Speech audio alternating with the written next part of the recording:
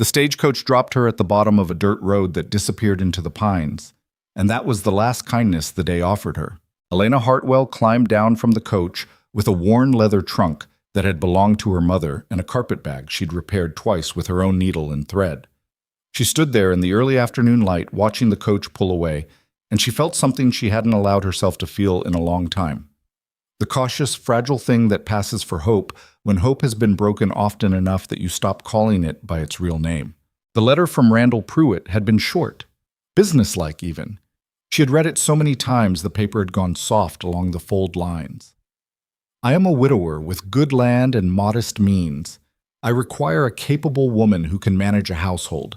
I'm not looking for sentiment. I'm looking for someone dependable. He had included a train fare and a stagecoach voucher. He had included directions. He had not included warmth, but Elena had stopped expecting warmth from strangers a long time ago. Dependable she could do, capable she had always been. The rest, whatever the rest was, she would figure out when she got there. She had traveled 11 days to get to Harlan County. 11 days on trains that smelled of coal smoke and other people's livestock, on a stagecoach that hit every rut in the mountain road as though it had a personal grievance against her spine, sleeping upright with her carpetbag on her lap because she didn't trust the other passengers, and she had learned, slowly and painfully, that trust was something you extended carefully or you paid for it later. She was 31 years old. She had outlasted a drought that killed her father's farm, a fever that took her younger brother, and a 3-year arrangement with a family in Missouri who had promised her a home in exchange for work and delivered something considerably closer to servitude. She had survived all of it without dissolving. That was something. She reminded herself of that as she lifted her trunk and started up the road toward the Pruitt Ranch. It was further than the letter suggested. Most things were. She smelled the ranch before she saw it. Horses, turned earth, wood smoke. Then the fence line appeared through the trees, and then the main house, a long 2-story structure that had clearly been built in pieces over many years, each addition slightly mismatched with the last. There were men moving around the yard. 3 of them stopped what they were doing when she came through the gate. One of them went inside. Randall Pruitt came out onto the porch wiping his hands on a rag. He was older than she'd expected. Not in years necessarily. She put him somewhere in his mid-40s. But in the way some men age hard, as though life has been leaning on them from a particular angle for a long time.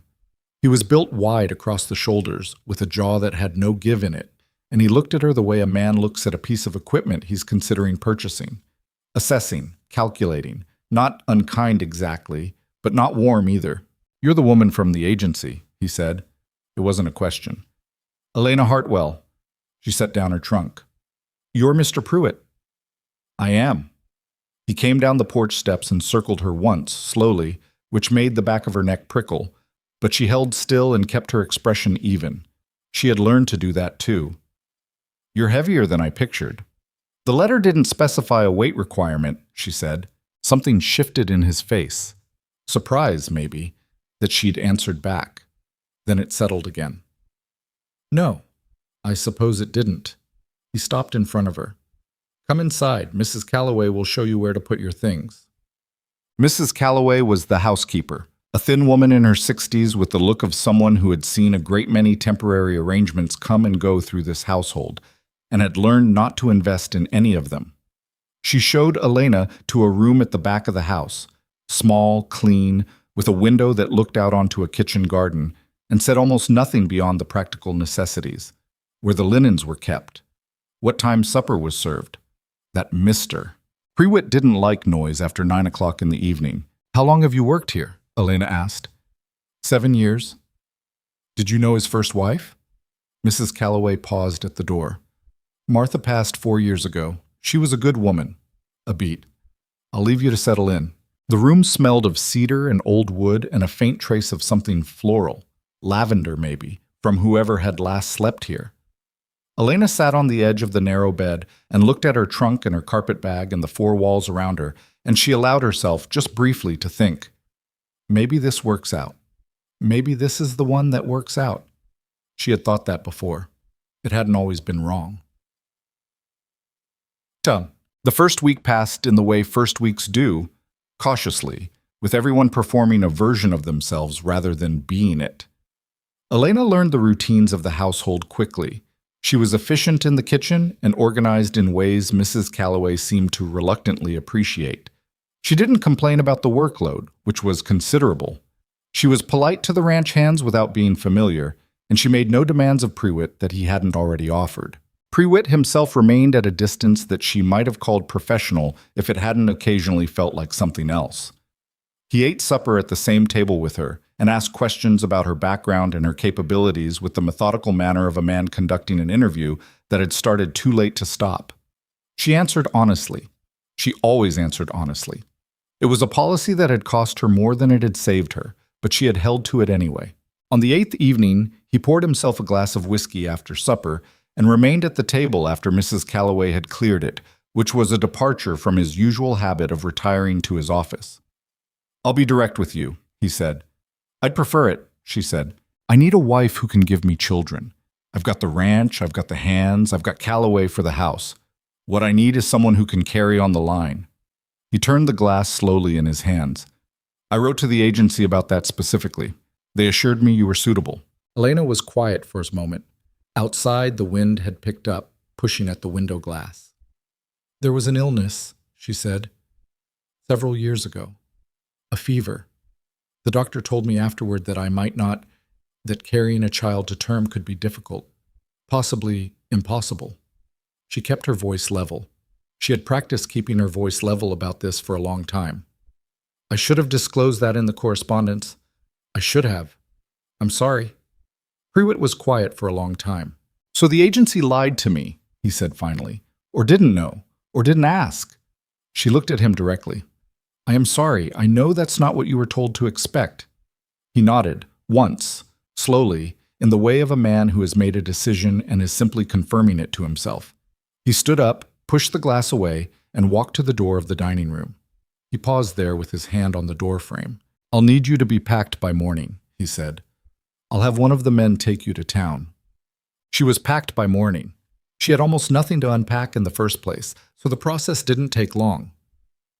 She sat in the small room until the light changed from gray to pale gold, and then she carried her trunk and her carpet bag out to the porch, and she waited with the particular blankness that comes when you have exhausted your immediate capacity for feeling, and your body is simply continuing out of long habit. One of the ranch hands, a young man 20 at most, with the uncomfortable expression of someone who has been assigned a task he finds morally questionable, loaded her things onto a buckboard without looking at her directly. She climbed up beside him, and they started down the road through the pines without ceremony. She thought they were going to town. That was what Prewitt had said. That was the arrangement, however cold, that she had constructed in her mind during the long night. She would be taken to town, she would find the stage office, she would figure out the next thing. There was always a next thing. There had to be. But they hadn't reached the main road yet when she heard the horse behind them. Prewitt, on horseback, moving fast, with two of his men flanking him. He came around the buckboard and put his horse across the road, and the young ranch hand pulled the team to a stop, with the startled look of someone who hadn't expected this either. "Get down," Prewitt said to Elena. "I'm going to town," she said. "That was what you—" "Get down from that wagon."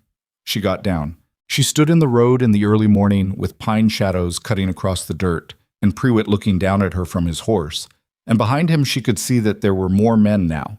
3, 4 of his hands, and a couple of others she recognized from a neighboring property, who must have come over at first light for some reason she didn't yet understand.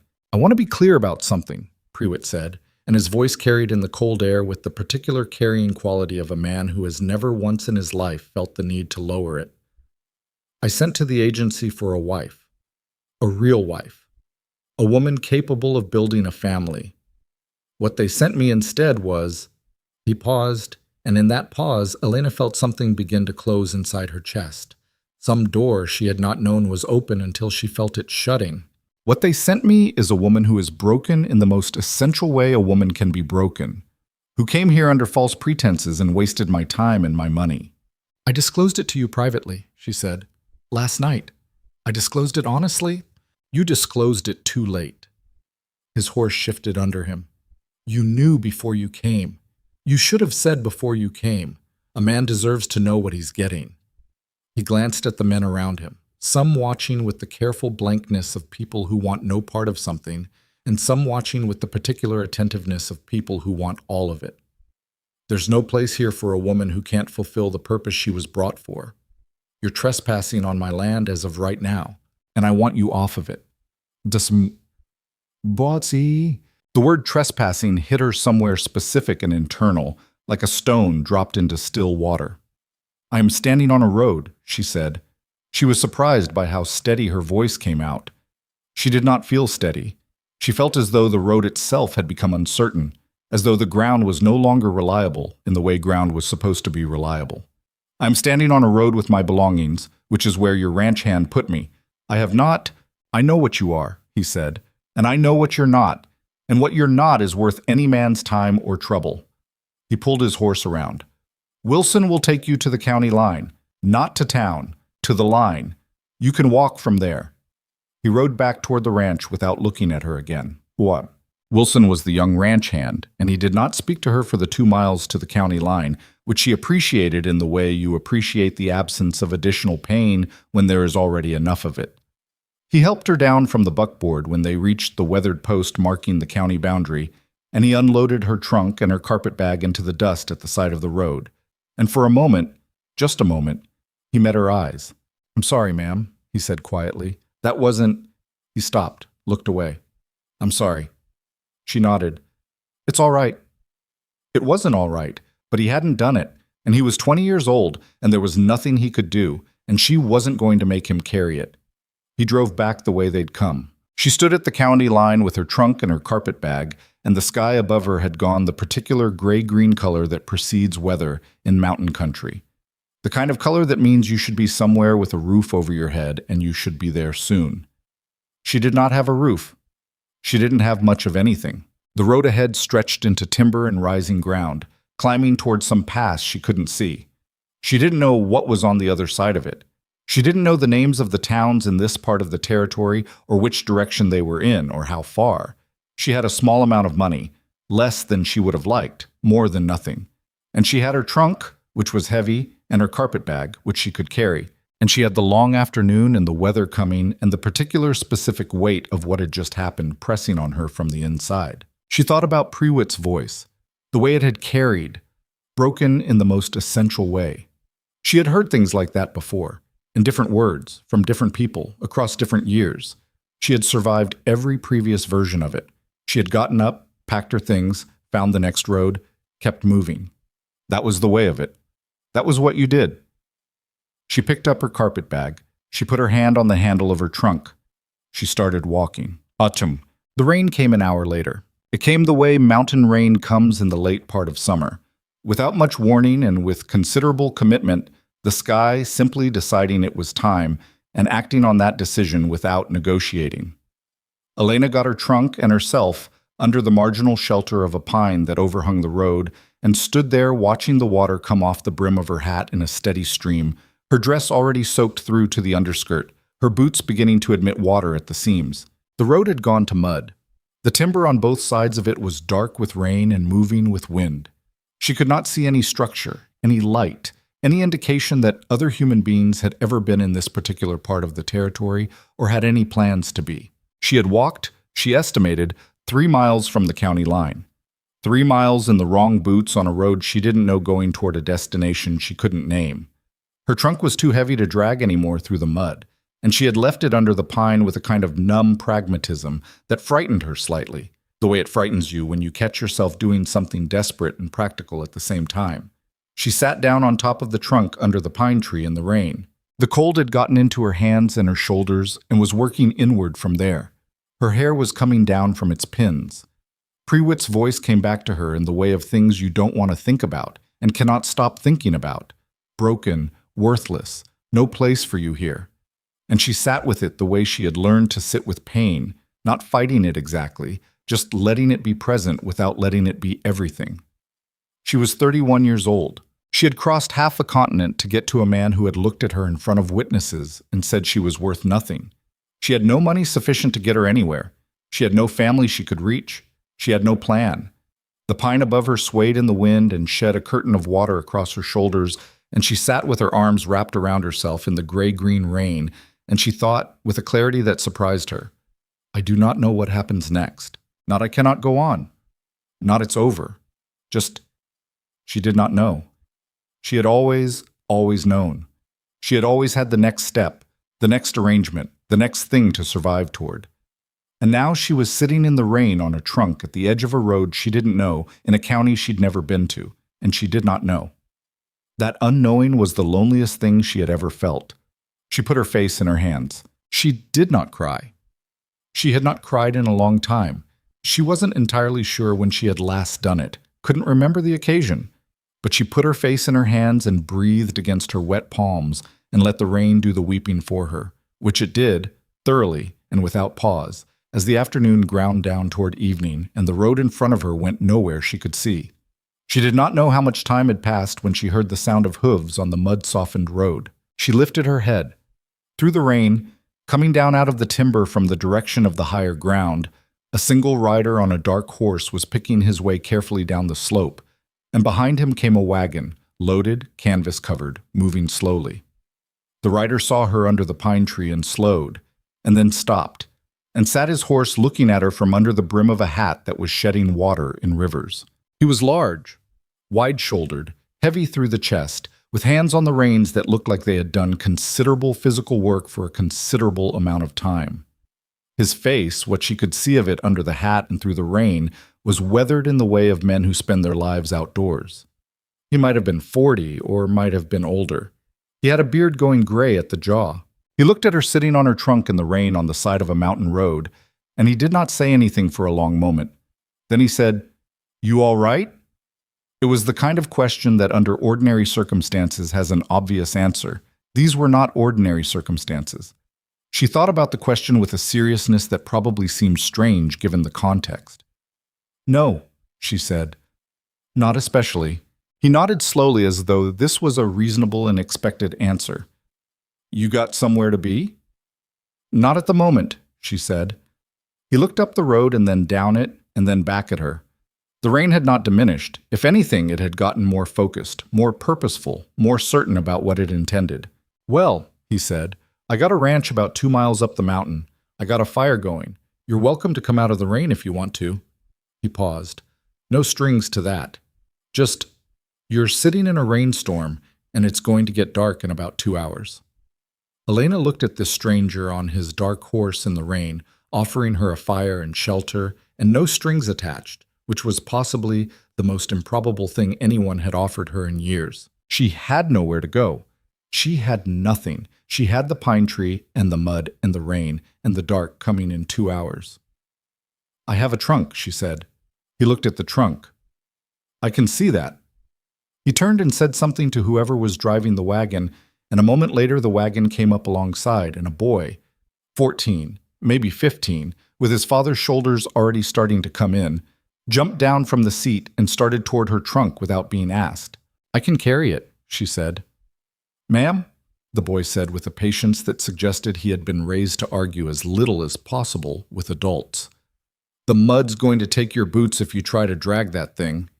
He got a grip on the trunk handle. "I got it." She stood up. She picked up her carpet bag. She looked at the stranger on the horse. "I'm Elena Hartwell," she said. "Gideon Mercer," he said. "That's my son Thomas." He looked at her steadily, without judgment, without anything she could easily name. "Come on then, let's get out of the rain." She followed Thomas to the wagon. She climbed up. She did not look back down the road the way she'd come, back toward the county line, back toward the mud and the pine tree, back toward the morning and Prewitt's voice carrying across the cold air with everything it had said about her value and her worth and whether she deserved a place in the world. She looked forward instead. Forward was dark and rainy, and she couldn't see very far into it. But it was forward. The wagon started up the mountain. The Mercer Ranch came into view through the rain like something that had grown out of the mountain rather than been built on it. Low and sprawling, the main house connected by a covered walkway to a summer kitchen, the barn set back and solid, the whole thing surrounded by the kind of accumulated clutter that means a place has been lived in hard for a long time.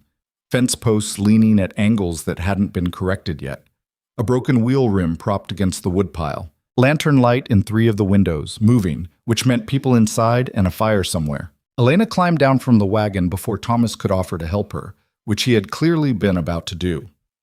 Her boots sank an inch into the yard mud, and she pulled them out with the resigned practicality of someone who had already ruined the boots and was simply managing the situation. The front door of the house opened before they reached it. A girl appeared in the doorway, 12, maybe 13, with her father's wide jaw and her hair coming out of its braid in every direction. She looked at her father, then at Thomas, then at Elena, in that order, with an expression that moved through several distinct phases in about 2 seconds. "Pa," she said. "You brought someone home." "Brought her out of the rain, Cora," Gideon said, coming up behind Elena, with her trunk balanced on one shoulder like it weighed nothing. "Move back and let her in." "There's 8 of us already," Cora said, not moving. "There's 9 of us," Gideon said, "if you count yourself, which you should. Move back." Cora moved back, but she kept looking at Elena with the specific assessing quality of a child who has learned that new people arriving usually mean change, and change has not historically been reliable. The inside of the house was warm and loud and smelled of something cooking. Beans, Elena thought, and cornbread. And there were children everywhere. Not literally everywhere, but in the way of a large group in a not enormous space, it felt like everywhere. A boy of about 10 sitting at the table with a slate. 2 younger girls on the floor near the hearth with a calico cat that was submitting to their attention with the stoic dignity of a cat that has run out of escape options. An older boy, 16 or 17, coming in from a back door with an armload of wood. A set of twins, 8 years old at a guess, both staring at Elena from the bottom of the stairs with identical expressions of open curiosity. And a small one, 3, maybe 4, sitting in the middle of the floor with a wooden horse in each fist, who looked up at Elena and then held up both horses simultaneously, as though presenting them for inspection. "Horse," this one said. "I see them," Elena said. "They're very good horses." The small one seemed satisfied with this and went back to the horses. Gideon set her trunk down near the door. "Clara, Bess, get up off that floor. Jacob, put the slate away for now. Ruthie, leave the cat be. She's had enough." He said all of this without raising his voice and without much expectation that all of it would be immediately obeyed, and about 60% of it was, which seemed to be the established equilibrium. He turned to Elena. "There's a room off the kitchen. It's small. It was used for storage, but there's a cot in it, and we can get a fire going in the small stove. It'll be warm enough." "That's more than enough," Elena said. He nodded. "You can get dried out, and we'll eat. We can talk about the rest of it after." She didn't ask what the rest of it was. She picked up her carpet bag and followed Cora, who had apparently appointed herself Elena's escort with the particular authority of an oldest daughter, down the hall toward the kitchen. The room off the kitchen was exactly as described. Small, previously used for storing dry goods, judging by the shelves along one wall, with a narrow cot and a washstand and a cast-iron stove that Cora lit with the efficient competence of someone who had been doing it since she was old enough to hold a match. There was a hook on the back of the door and a single window that looked out onto the side yard. Elena hung her wet coat on the hook and changed out of her soaked dress with the pragmatic speed of someone who has learned not to be precious about privacy when privacy is limited, keeping an ear on the sounds of the house around her. The beans, the children's voices, Gideon's lower register moving through rooms, checking on things, answering questions, the creak of the house in the wind. She sat on the edge of the cot in dry clothes with her wet hair loose around her shoulders, and she held herself very still for a moment and took stock, the way you take stock after something significant has happened and you haven't had the space yet to actually account for it. This morning she had been at the Prewitt Ranch. This morning felt like it had happened to someone else in a different year. She put her hands in her lap and breathed and listened to the sounds of the Mercer household going on around her, ordinary and unglamorous and alive, and something in her chest that had been pulled extremely tight all day loosened, just slightly, just enough. She got up and went to help with supper. Nobody told her to. Cora, coming back through the kitchen with plates, gave her a look that was 1 part suspicion and 2 parts curiosity when Elena appeared in the kitchen doorway and said, "What can I do?" The woman at the stove turned around. She was older, 65, maybe 70, with the look of someone who had been managing large households since before Elena was born and had the calloused hands and the permanent slight squint of someone who has spent decades reading the room. This, Elena would learn, was Nell Hapscomb, who had come to help Gideon after his wife died 2 years ago and had simply never left, less because she was paid adequately than because the children needed someone.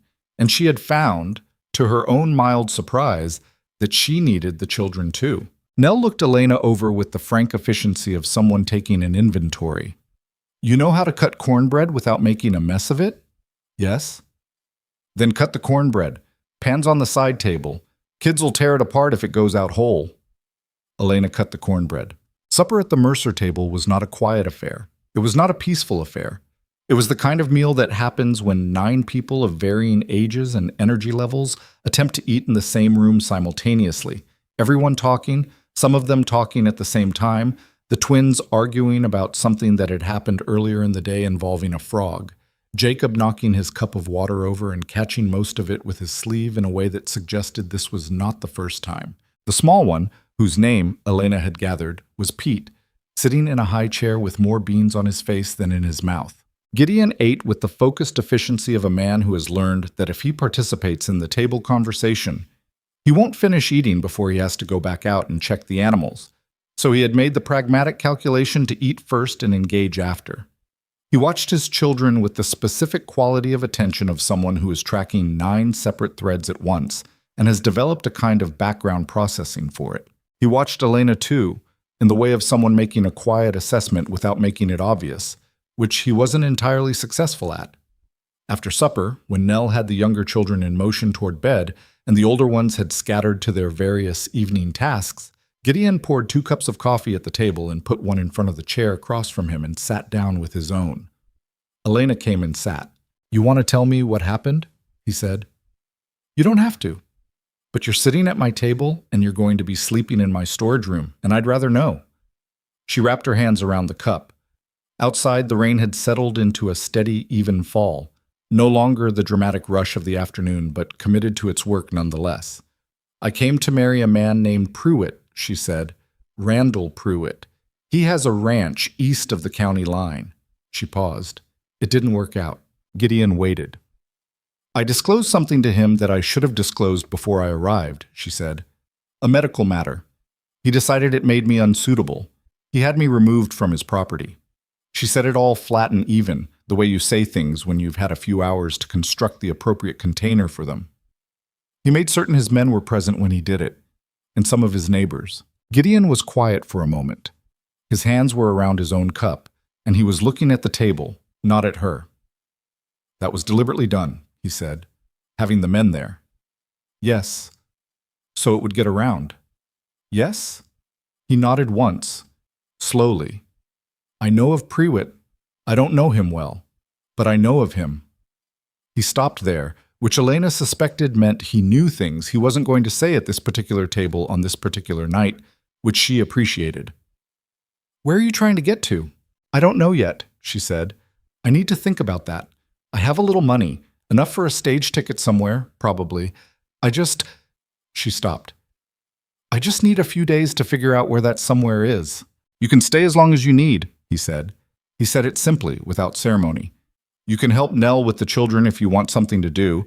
She's getting on and the little ones take it out of her. But that's not a condition. I'm not trading you room and board for labor. You're welcome here regardless. She looked at him across the table. He was looking back at her steadily, and there was nothing in his face she could read as calculation or motive. He was just a large, tired man who had found a woman sitting in the rain and had offered what he had, which was a fire and a meal and a cot, and was now extending that offer by a few days with the same uncomplicated directness. Why? She said. He looked slightly surprised by the question. Why what? Why offer it at all? You don't know me. He considered this. Nell would tell you it's because I don't think straight when it rains, he said. She might not be wrong. A pause. I've got 9 kids. I lost my wife 2 years ago. I know what it looks like when someone's got nowhere to go and no good options. I've been in adjacent territory myself. He picked up his cup. That's all it is. It doesn't need to be more than that. Elena looked down at her coffee. Something pressed behind her eyes that she was not going to give way to. Not here, not at this man's kitchen table. Thank you, she said. Don't mention it, he said, and he meant that literally, in the way of people who are made uncomfortable by gratitude. He stood up and took his cup to the counter. I'm up at 4:30. The kids are up at 6. It gets loud by 6:15. A pause at the kitchen door. Sleep as long as you want. She did not sleep as long as she wanted. Old habits were persistent. She was awake before 6, dressed, and in the kitchen before Nell appeared, which resulted in a brief silent standoff that ended with Nell handing her a pot, without comment, and pointing at the stove. The children came down in waves. The twins, Clara and Bess, arrived first, still in their nightgowns, and stopped dead in the kitchen doorway when they saw Elena at the stove. You're still here, Clara said. I am, Elena said. Pa said you might stay a few days, Bess said. That's the plan. The twins looked at each other with the compressed communication of people who have been sharing a wavelength since before they were born. Some agreement was reached. They came into the kitchen and sat at the table. Do you know how to do hair? Clara asked. Nell's hands hurt in the morning. She can't do braids anymore. Elena looked at the twins and their spectacular morning hair. I can do braids, she said. Cora says she'll only do them plain, Bess said. We want French braids. I can do French braids. Another silent communication between the twins. More agreement. All right, Clara said, with the air of someone extending a conditional welcome. You can stay. That was how it began. It was not smooth. Nothing was smooth. Cora, who was 13 and had been the oldest female presence in the household for 2 years, regarded Elena with the territorial wariness of someone whose established position is under renegotiation. She was not rude, exactly. Gideon had clearly raised her with more self-control than that, but she was watchful and occasionally pointed in the way of someone testing for weaknesses. Elena did not try to displace her. She did not try to be liked. She simply did what needed doing and did not make it about herself. And slowly, over the course of the first week, the watchfulness eased by degrees. Jacob was 10 and deeply serious about things that were difficult to predict, which included the migration patterns of birds, the structural properties of the woodpile, and whether certain frogs were poisonous or merely unpleasant. He brought Elena a frog on the 3rd day, cupped in both hands, and presented it with the gravity of a professor presenting a thesis. This one is Rhonoclamatons, he said. Green frog, not poisonous. Thomas said you were scared of frogs, but I don't think that's necessarily true. Thomas doesn't know anything about me, Elena said. She looked at the frog. He's a good-looking frog. Jacob seemed quietly pleased. Do you want to hold him? Not today, she said. Okay, he said equably, and went back outside. Thomas, 16 and possessed of the particular combination of competence and touchiness that belongs to adolescent boys who are doing adult work before they feel entirely ready for it, stayed out of her way for the first week with a deliberateness that was itself a kind of communication. He was managing something, some feeling about the changed household dynamic, some calculation about what her presence meant, and he was doing it quietly, which Elena respected. She didn't push. She let him come to it in his own time. Pete, the youngest, had no such negotiations to conduct. He had decided on the first night that Elena was a reasonable addition to the world and had been presenting her with wooden horses on a daily basis since then, occasionally also wooden cows, apparently confident that she would receive these offerings in the spirit intended. The other children, Ruthie and May, who were 7 and 8, and the older one, a quiet 15-year-old girl named Josephine, who seemed to read constantly and spoke rarely, filled in the landscape of the household in their various ways, each distinct, none of them easy or simple, all of them carrying the particular weight of children who have lost something large and learned to work around the space it left. Nell watched all of this from her position at the center of the household's domestic operations, which she managed with the authority of someone who has earned her standing and knows it. She didn't offer opinions on Elena's presence. She offered tasks, which Elena suspected was the same thing expressed differently. If the tasks were completed well, that was its own verdict. On the 5th day in the kitchen after the children had gone to bed, Nell said without preamble, Martha, that was Gideon's wife. She was sick for over a year before she passed. The children got used to her being there, but not really being there. You understand what I mean. I think so, Elena said. The little one doesn't remember her much. Pete was barely 2. Nell's hands moved steadily through the bread dough she was working. The older ones remember her fine, Cora especially. That's why Cora is the way she is. She's not wrong to be the way she is, Elena said. Nell looked at her sideways. No, she's not. She worked the dough. You got people anywhere? Not anymore. You planning to move on? Elena was quiet for a moment. I should be, she said. Nell nodded slowly, in the way of someone who has heard what was actually said behind what was said. She didn't push further. She went back to her bread. But Gideon was not at the ranch much during the day. The operation required him on horseback from early morning until late afternoon, and supper was usually the first time Elena saw him. He was not a man who offered much of himself in ordinary conversation. Not because he was cold, but because he had the quality of someone who has spent a lot of years in his own company and had learned to be comfortable there, sometimes uncomfortably comfortable. But there were mornings. Sometimes when Elena was up before Nell and had the kitchen to herself, Gideon would come in from the early barn check before the children woke, and they would sit at the table with coffee and the quiet of the house before the day started. And he would say something and she would say something back. And it would not be much, but it was its own kind of conversation. He told her about the ranch, that he had built most of it himself, that the top pasture was the best grazing, but the creek up there ran thin in late summer, that the winter before last had taken 11 head of cattle and set him back considerably. He told her about Thomas's aptitude for horses, which was real and significant, and about Jacob's frog obsession, which he spoke of with affection and only mild exasperation. He told her once, briefly, that Martha had loved the summer mornings best, and then he stopped and looked at his coffee, and the conversation moved elsewhere without ceremony. She told him about Missouri, about the family she'd worked for, and what that had actually been rather than what it had been billed as, and about the years before that, which had been difficult in the ordinary ways that lives can be difficult without dramatic incident, gradual attrition rather than catastrophe. She did not tell him everything. She told him enough. You've been doing this a long time, he said one morning, getting through things. It's the primary thing I'm good at, she said. He considered this. That's not nothing. No, she said, it's not nothing.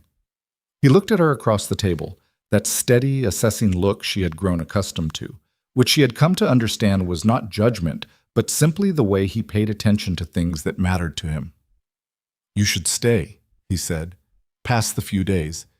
You don't have to go anywhere if you don't want to. Gideon, not like that, he said, and there was nothing uncomfortable in his voice, just clarification. I mean, Nell needs the help, and the kids, they do better with you here. It's been 2 weeks, and Pete has started saying your name. He paused. You don't have to figure out where you're going this week. That's all I'm saying. She sat with that for a moment. The kitchen around her, warm, imperfect, loud, with the sounds of a house beginning to wake up, a child calling from upstairs, the twins starting some argument, the creak of old boards, and the smell of coffee and bread. It pressed against her in a way she had no adequate word for. I'll stay a while longer, she said. He nodded, like that settled it, and got up to go back out to the barn. Ba-bum. The town of Merritt Falls was 7 miles down the mountain, and Elena had not been there, so she was not there when the talk started. But she heard it anyway, the way you hear things in small communities even when you are 7 miles away. It comes through the people who go to town and come back carrying it without entirely meaning to, and it comes through the silences and the careful non-mentions, and it comes eventually through someone who is not careful enough. It was Nell who told her on a Tuesday afternoon when the children were in their lessons and the house was as close to quiet as it ever got. Prewitt's been talking in town, Nell said, not looking up from her mending. About you. Elena kept her hand steady on the bread dough. What's he saying? That you misrepresented yourself, that you're not what the agency said you were. Nell bit off a thread. He's also saying you stole from him before you left, which is, well, I didn't take anything from that house, Elena said. I left with what I came with. I know that, Nell said. I'm not telling you because I believe it. I'm telling you because you should know it's out there. Elena pressed the heels of her hands into the dough. In, out. The physical work of it, useful and grounding. How far out there? Merritt Falls is not a large town, Nell said, which was its own answer. Elena worked the dough and thought about Prewitt's voice in the road and his men watching and the deliberateness of it, the way he had arranged it so that the humiliation had witnesses. And she thought about how little distance there is between a man deciding to embarrass you in front of his ranch hands and a man deciding to follow that embarrassment with other damage, because the first kind of man and the second kind are usually the same man. Does Gideon know? She asked. He will, Nell said, if he doesn't already. He did already. He came in that evening later than usual, and something in his face when he sat down at the supper table had shifted into a flatness she recognized as the expression people wear when they are containing something they have not yet decided what to do with. He ate and answered the children's questions and did not bring it up during the meal. After supper, when the children were in various states of being wrangled toward bed, he found her in the kitchen and stood in the doorway. I heard some things in the lower field today, he said. Peters was down at the feed store yesterday. Nell told me. He looked at her. It's not true. No, she said. It's not. I know that. He said it without hesitation, which she noted. Prewitt's got a particular kind of reputation. This is consistent with it. A pause. I want you to know it doesn't change anything here. You barely know me, Elena said. I've been here 2 weeks. I know you well enough, he said. She looked at him, this man who had pulled her out of a rainstorm and put her in a storage room and handed her a cup of coffee, and meant it uncomplicated. This man who was now standing in his kitchen doorway, telling her that other people's lies didn't change what he could see with his own eyes. She had not met many people like him. Thank you, she said. Stop thanking me, he said, with the mild exasperation of someone who has been told this before. He pushed off the doorframe. Get some sleep. Pete's been up twice in the night and he'll want you there in the morning. He went back through the house, checking windows, checking doors, doing the last rounds of the evening the way he did every night, and Elena stood in the warm kitchen and listened to the sounds of the house settling around her. Children, fire, wind, the ordinary ongoing noise of people alive together in a space. And she felt it again, that loosening in her chest, but larger now, more real. She had been in this house for 2 weeks. She had come out of a rainstorm with a trunk and no plan and nowhere to go. What she had not expected, what she would not have known to expect, was that somewhere in the ordinary work of the days, in the French braids and the frog presentations, and the coffee in the mornings and the supper table noise and Gideon's steady, unremarkable presence, she had stopped counting the hours until she would have to leave. She was not sure exactly when that had happened, but somewhere in those 2 weeks, without ceremony or announcement, she had begun to feel something she had not felt in so long that she had stopped expecting to feel it again. Not safe, exactly. Not settled. Nothing was safe or settled, and she knew better than to mistake the temporary absence of immediate crisis for anything more durable, but wanted, useful, like a person whose presence in a given space had shifted from tolerated to something else, something she didn't have the right word for yet. She turned down the kitchen lamp and went to her room. Outside, the mountain was dark, and the wind moved through the pines with the sound of a long, slow exhale, and somewhere above the timber the stars would be out, though she couldn't see them from here. She could hear Pete moving around upstairs, restless in the night, and then Cora's voice, older sister voice, patient despite itself, settling him back down. Elena lay on her cot and listened to the house go quiet, and for the first time in longer than she could accurately remember, she fell asleep before she had finished worrying about tomorrow. 3 weeks after Elena had stopped counting the days until she would leave, Victor Blackwell rode into Merritt Falls on a gray horse with 2 men behind him and a lawyer's case under his arm, and the town noticed because Victor Blackwell was the kind of man towns notice. She didn't know he had arrived until Cora came back from town with flour and the particular expression of a 13-year-old who is carrying information she knows is significant and is deciding how to carry it. There's a man asking about you, Cora said, setting the flour on the kitchen table. She looked at Elena directly, which was a thing she had started doing in the last week, looking at her directly instead of sideways, which Elena had taken as a sign of something she was careful not to overinterpret. In town, at the hotel. He's been there 2 days, Peter says, and he's been asking around. Elena went still at the stove. What kind of man? Rich kind, Cora said. Well-dressed. 2 men with him who aren't his friends, if you know what I mean. Elena knew what she meant. Hired men, a different category from friends entirely. Did anyone say his name? Blackwell, Cora said. Victor Blackwell. The name dropped into Elena's chest like something thrown from a height. She kept her face where it was. She kept her hands on the pot handle and her eyes on the stove, and she breathed carefully through the next several seconds, the way you breathe when something you have been half expecting and wholly dreading finally arrives. And you need to not show the full weight of that to a 13-year-old girl who is watching you with sharp eyes and no precedent for what she's seen. All right, Elena said. Thank you for telling me. Cora didn't leave. She stood at the table with her hand on the flour sack and her eyes still on Elena.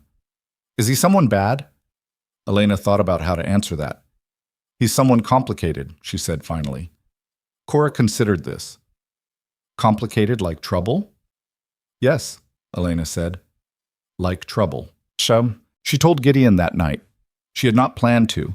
She had spent the afternoon constructing various versions of the conversation in which she handled it herself and did not require anyone else's involvement, and all of those versions had fallen apart under the weight of the same unavoidable fact. She was living in this man's house, and what was coming was going to arrive at this address, and he deserved to know it. She waited until the younger children were in bed and Thomas had gone out to do the last check on the animals. Gideon was at the table with the ranch ledger, which he treated with the grim regularity of a man doing penance, because the numbers in it were never as good as he needed them to be. She sat down across from him. He looked up. I need to tell you something about where I came from, she said. Before Pruitt, before the agency.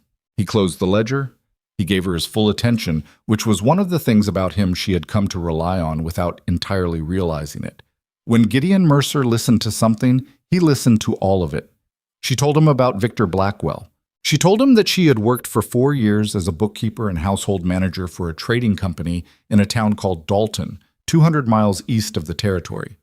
That the company had been owned by an older man named Horace Wendell, who had been decent to her, and that Victor Blackwell had been Wendell's business partner, and that Blackwell was not decent in the way Wendell was decent and had never pretended otherwise. She told him that Blackwell had made advances toward her on 3 separate occasions over the course of 2 years, and that she had declined all 3 times, and that the 3rd time she had not simply declined but had said clearly and specifically what she thought of him, and that this had been a mistake in the practical sense, even though it had been correct in every other sense. She told him that 6 months after that, Horace Wendell had died suddenly, and that Blackwell had moved to take full control of the company's assets, and that in the process of doing that, he had claimed that certain funds and property records were missing, and that the bookkeeper, Elena Hartwell, was responsible.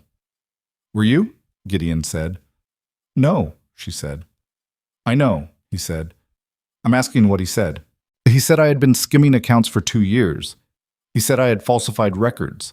He had witnesses, 2 men on his payroll, who said they'd seen me taking money from the lockbox.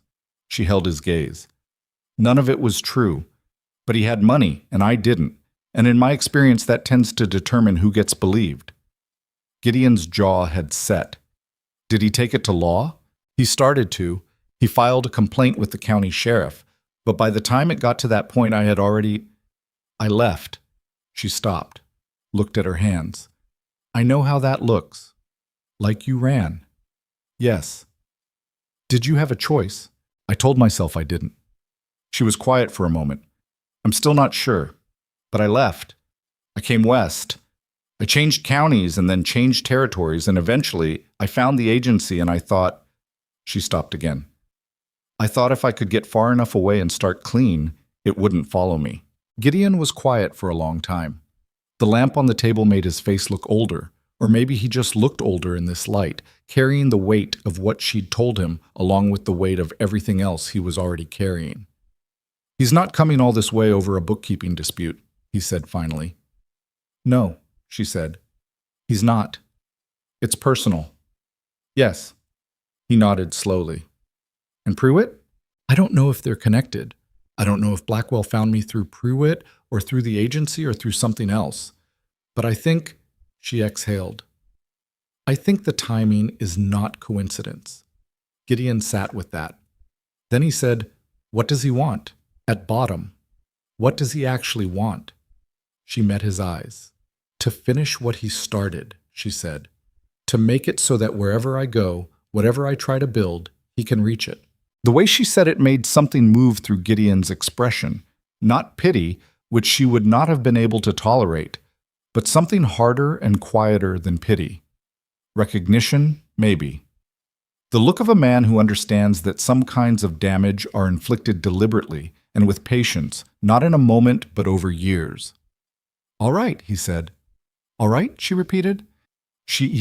All right, I know what we're dealing with. He picked up the ledger and set it to the side and put his hands flat on the table. Get some sleep. I need to think. She did not sleep. She lay on her cot in the room off the kitchen and listened to the house and thought about Victor Blackwell in a hotel room 7 miles down the mountain, and she thought about the 2 years she had spent keeping his employer's books and managing his employer's household and doing her work carefully and well while Blackwell watched her from the corner of his eye and waited for the right moment, and she thought about the 3rd time she had refused him, when she had said what she had said and watched his face change into something that had nothing to do with hurt feelings and everything to do with being the kind of man who does not tolerate being told no by women he considers beneath him. She had known, in that moment, that she had made an enemy. She had not understood yet how patient and thorough that enemy was capable of being. She had found out. She stared at the ceiling of the small room and she went through, methodically, what she had and what she didn't have. She had herself. She had the clothes in her trunk and the small amount of money she'd been too careful to spend. She had Gideon's steadiness and Nell's pragmatism and the uncertain but real goodwill of 9 children who had started, in their various ways, to include her in their world. What she did not have? Documentation. The records that would have demonstrated her work was clean had been in Wendell's office when she left, and she did not know what had become of them. She had no witnesses who would come forward. She had no lawyer. She had the truth, which was a significant thing in principle and a sometimes unreliable thing in practice. She had been here before, or in adjacent territory, and she knew how it went. She closed her eyes. Sleep didn't come. Eventually, the sky outside her window began to shift from black to the specific deep blue that comes before dawn, and she got up. Why, Victor Blackwell came to the ranch on a Thursday. She was in the yard with Pete and the twins hanging laundry in the weak autumn sun when she heard the horses on the road. Pete was sitting in the dirt near the fence with his wooden animals arranged in some configuration that made sense to him, narrating to himself in the absent murmur of small children who have not yet learned that thinking out loud has an audience. Clara and Bess were allegedly helping with the laundry and were actually conducting a sustained argument about whether the sheets should be hung long side or short side to the wind. Elena heard the horses and looked up and knew, before she saw him clearly, who it was. There is a quality to certain kinds of trouble, the weight of it in the air, the particular way the day seems to tighten around the edges. He came through the gate on his gray horse with his 2 hired men behind him, and he was exactly as she remembered him. Well-made suit, too fine for a mountain ranch on a weekday morning, but worn without apology. Dark hair gone to silver at the temples in a way he had clearly decided looked distinguished. A face that was handsome in the conventional sense, strong-lined, regular-featured, with eyes that were pale gray and watchful, and held something behind the sociable exterior that she had learned to recognize in her years working for his partner, though it had taken her longer than it should have. He looked at her across the yard with the expression of a man who has found exactly what he was looking for and has the patience to not show satisfaction. "Elena," he said, as though they were acquaintances encountering each other pleasantly. "You've come quite a long way." "Mr. Blackwell," she said. She kept her voice flat. Beside her, she was aware of Clara going still, of Bess's hand stopping on the sheet she was holding, of Pete looking up from his wooden animals with the uncomplicated curiosity of a 4-year-old who doesn't understand what is happening but can feel the temperature of it. "You're a difficult woman to find," he said. He dismounted with the ease of a man who rides well and knows it. One of his men moved to take his horse, though not as difficult as you might have hoped. "This is private property," Elena said. "Mr. Mercer's property." "I'm aware." He looked around the yard with a surveying quality, like a man taking inventory of someone else's holdings. "Is Mr. Mercer available? I have some business with him and with you." "He's in the upper pasture." "Then I'll wait." He said it pleasantly. "It's a nice morning." Gideon came down from the upper pasture faster than Elena would have expected, which meant someone had gone to get him. Thomas, she thought, who had been on the ridge and would have seen the horses come through the gate. He came across the yard on foot, having left his horse at the barn, and he looked at Blackwell and his men with the same contained expression he brought to things that required his attention and his management. He nodded at Blackwell. "I'm Gideon Mercer, Victor Blackwell." He extended his hand. Gideon shook it briefly. "I appreciate you seeing me. I have a matter of some urgency to discuss concerning a woman who I believe has been staying on your property, Elena Hartwell." "She works here," Gideon said. Blackwell's expression shifted by a degree. "I see." He opened the case he'd been carrying and produced a document. "I'll be direct then. Miss Hartwell left my former partner's employ under significant suspicion of theft and fraud. The matter was pursued legally at the time, but she left the territory before it could be resolved." He held out the document. "I have here a filing from the county clerk's office in Dalton confirming the outstanding complaint. And I have here," he produced a second document, "a letter from the territorial marshal's office indicating their willingness to act on the complaint given that the subject has been located." Gideon did not take the documents. He looked at them in Blackwell's hands. "Is that right?" "I'm afraid so. I take no pleasure in this." He did not look like a man taking no pleasure. "Miss Hartwell is a capable woman, and I understand she's made herself useful here, but the matter of the stolen funds is significant. We're talking about several $100s over the course of 2 years, and the falsification of records that caused considerable harm to Mr. Wendell's estate and his heirs." He paused. "I'm prepared to take this directly to the county sheriff today. I thought, as a courtesy, I would come here first." Elena said, "The records are not falsified." Blackwell looked at her with the particular patience of a man who has anticipated every response and has a prepared counter for all of them. "I understand you would say that." "I kept those books for 4 years," she said. "Every entry, every account. I know what's in them and what isn't." "The witnesses, your witnesses," she said. "2 men who have been on your payroll for years and who will say whatever you've paid them to say." Something moved behind Blackwell's pale gray eyes.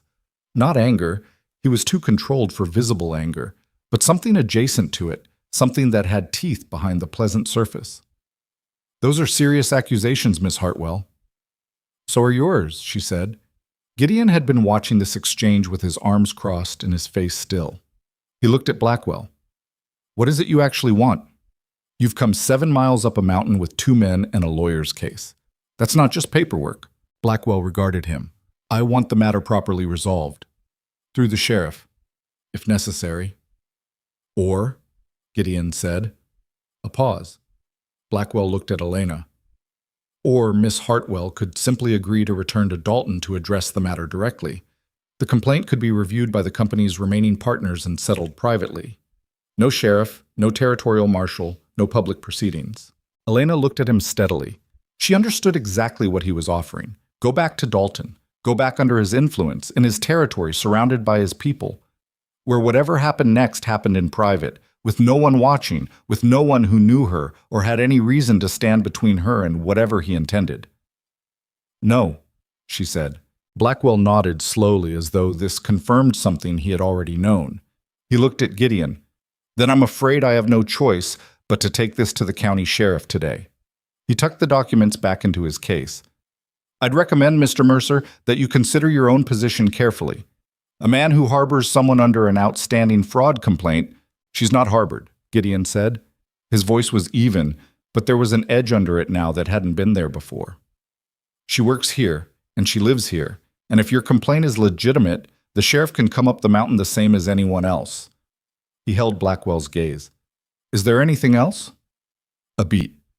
Blackwell looked at Gideon, and then at Elena, and then back at Gideon, and whatever calculation he was running behind his pale gray eyes ran to its conclusion. "I'll see myself out," he said. He went. The rest of that day was the specific kind of hard that doesn't announce itself, the kind where you keep doing the ordinary things because the ordinary things have to be done. And underneath all of them there is a current of something dark and cold that you can feel but can't afford to stop moving long enough to address. Elena made the noon meal and helped Ruthie with her letters and fixed a split seam on Jacob's coat and did not allow herself to think too far ahead, because thinking too far ahead was where the despair lived. Gideon sent Thomas to town in the afternoon. He didn't explain to Elena why, but she saw him give Thomas a folded note before he left, and she had a fair idea. Nell sat with Elena in the kitchen after supper, which was not Nell's usual habit. She tended to retire early, her joints troubling her more in the evenings. She sat across the table with her hands around a cup of tea, and she didn't offer comfort, which Elena appreciated, because false comfort would have been insulting, and Nell was not an insulting woman. "Blackwell's type," Nell said. "I've seen it before. They don't go away because you stand firm, they recalculate." "I know," Elena said. "He'll go to the sheriff." "I know." "Harlan County Sheriff is Bill Crane," Nell said. "He's not corrupt exactly, but he's practical. He'll look at a filing from the Territorial Marshal's office, and he'll act on it, because not acting on it is more trouble than acting on it." "So I'll be arrested," Elena said. Nell was quiet for a moment. "Gideon sent Thomas to town." "I saw. He sent him to the minister, and to Daniel Holt, who's a lawyer of sorts. He handles land disputes mainly, but he's got sense." Nell looked at her over the cup. Gideon is not the kind of man who watches something happen when he can do something about it. Elena looked at the table. She thought about what it meant to have people who would do something. She had not, in a long time, in a very long time, had people who would do something. She had always been the person doing something alone for herself, because there was no one else to do it. She didn't know entirely what to do with the feeling that produced in her. "I don't want him in trouble because of me," she said. "Tell him that," Nell said. "See how far it gets you." The sheriff came on a Saturday morning. Bill Crane was a large man with a careful manner and a deputy who was younger and tried to look more dangerous than he was. He came with Blackwell, who stayed back near the gate with his 2 men, not approaching the house, letting the law do the walking, and he came with a document that he showed to Gideon before he showed it to Elena. Gideon read it. He handed it back. His face was set in the flat way Elena had come to recognize as his version of controlled anger. "This complaint is from a county 2 territories over," Gideon said. "Filed 8 months ago. Why is it only being acted on now?" "Newly located subject," Crane said. He had the uncomfortable expression of a man executing a task he hasn't fully decided he believes in. "Miss Hartwell," he looked at her. "I'm not here to make trouble. I'm here because there's a filing, and I'm obligated to address it. You're required to appear at the county courthouse Monday morning to respond to the complaint." "Am I under arrest?" Elena asked. "Not unless you give me reason," Crane said. "I'm not hauling a woman up a mountain on a Saturday morning to clap her in a cell over a dispute I don't have full information on. You appear Monday. You respond to the complaint. That's all I'm asking." "And if the complaint is fabricated," Gideon said. Crane looked at him steadily. "Then the hearing Monday will establish that, Mr. Mercer." He paused. "I'm just the man who has to show up when a filing comes across my desk. I'm not Mr. Blackwell's instrument." He said it with a certain deliberate quality that suggested he had something to say about Blackwell that he was professionally prevented from saying. "Monday, 8 o'clock. Miss Hartwell." He nodded to Gideon, turned, and walked back to the gate. Blackwell, as he rode out with the sheriff, glanced back once toward the house. His pale gray eyes found Elena where she stood on the porch, and something in his expression said what his voice hadn't, that this was going as he expected it to go, and that he was patient, and that Monday was just the next step in a process he had designed to be longer than she could endure. She held his gaze until he rode out of sight. Saturday evening, the house was quiet, in a way it wasn't usually quiet. The children felt it. Children always feel it, even when they don't have the words for it. And supper was subdued in a way that was uncomfortable because subdued was not the Mercer household's natural register. Pete kept looking around the table with the puzzled expression of a child who knows something is wrong but cannot locate it. Clara and Bess ate without arguing, which was its own kind of alarm signal. Afterward, when Nell had gotten the younger ones to bed, and Thomas had taken himself off with the determined tact of an almost adult who understands when adults need space, Cora appeared in the kitchen doorway. She stood there looking at Elena with those sharp eyes, which had the kind of direct honesty in them that only very young people and very old people manage. No performance, no management of impression. Are you going to leave? She said. Elena looked at her. Where would I go? I don't know. Away. If it gets too hard. Cora, people leave when it gets hard, Cora said. It came out flat and matter of fact, which was worse than if it had come out bitter. That's just true. I've seen it. After Mama died, a lot of people who said they'd help, they were there for a while and then it got complicated and they had other things. She looked at her hands. I'm not saying you're like that. I'm just asking. Elena crossed the kitchen and sat down at the table, and after a moment Cora came and sat across from her. The lamp between them made the kitchen feel small and close. I'm not leaving Monday, Elena said. I'm going to that courthouse, and I'm going to answer that complaint. What if they believe him instead of you? Then we figure out what comes after that, Elena said. But I'm not running. I've run before. It didn't work. Cora looked at her steadily. Pa's not going to let anything happen to you, she said. I know you know that, but I thought you should hear it from someone besides him. Elena held the girl's gaze. 13 years old, oldest child, 2 years of managing a household grief that no child should have to manage, looking across a table at a woman who had arrived in a rainstorm with a trunk and a ruined pair of boots and had, over the course of a month, become something. Something that Cora apparently did not want to lose. Thank you, Elena said. Cora shrugged with the studied casualness of someone who has said a more vulnerable thing than they intended and is now managing the aftermath. Don't make it weird, she said. Elena almost laughed. It surprised her enough that she had to look down at the table to compose herself, and by the time she looked up, Cora had retreated back toward the stairs. Gideon found Elena on the porch later that night. She had gone out for air. The house was warm, and she had needed the cold of the mountain night, the particular clarity of it, stars spread across the dark in quantities that never failed to seem excessive. He came out and stood beside her, not touching, just present, with his hands in his pockets and his eyes on the distance. Thomas got back from town, he said. He reached Daniel Holt. Holt's going to be at the courthouse Monday. He's looked at the filing. He says there are procedural problems with it. The complaint was filed in Dalton, but it's being acted on here without proper transfer through the territorial court, which gives us grounds to challenge the jurisdiction. He paused. It's not a guarantee, but it's something. Gideon? She started. Don't, he said. I was going to say that you don't have to do this, that he said specifically that your position could be complicated by… I know what he said. He could make trouble for the ranch, for the land title, for… Elena. His voice was quiet, but it had the quality of a statement rather than a negotiation. He looked at her in the dark, the cold air between them, the stars overhead doing their unreasonable thing. I'm not interested in what Victor Blackwell thinks I should do to protect my position. I have never in my life made decisions based on what a man like that threatened. A pause.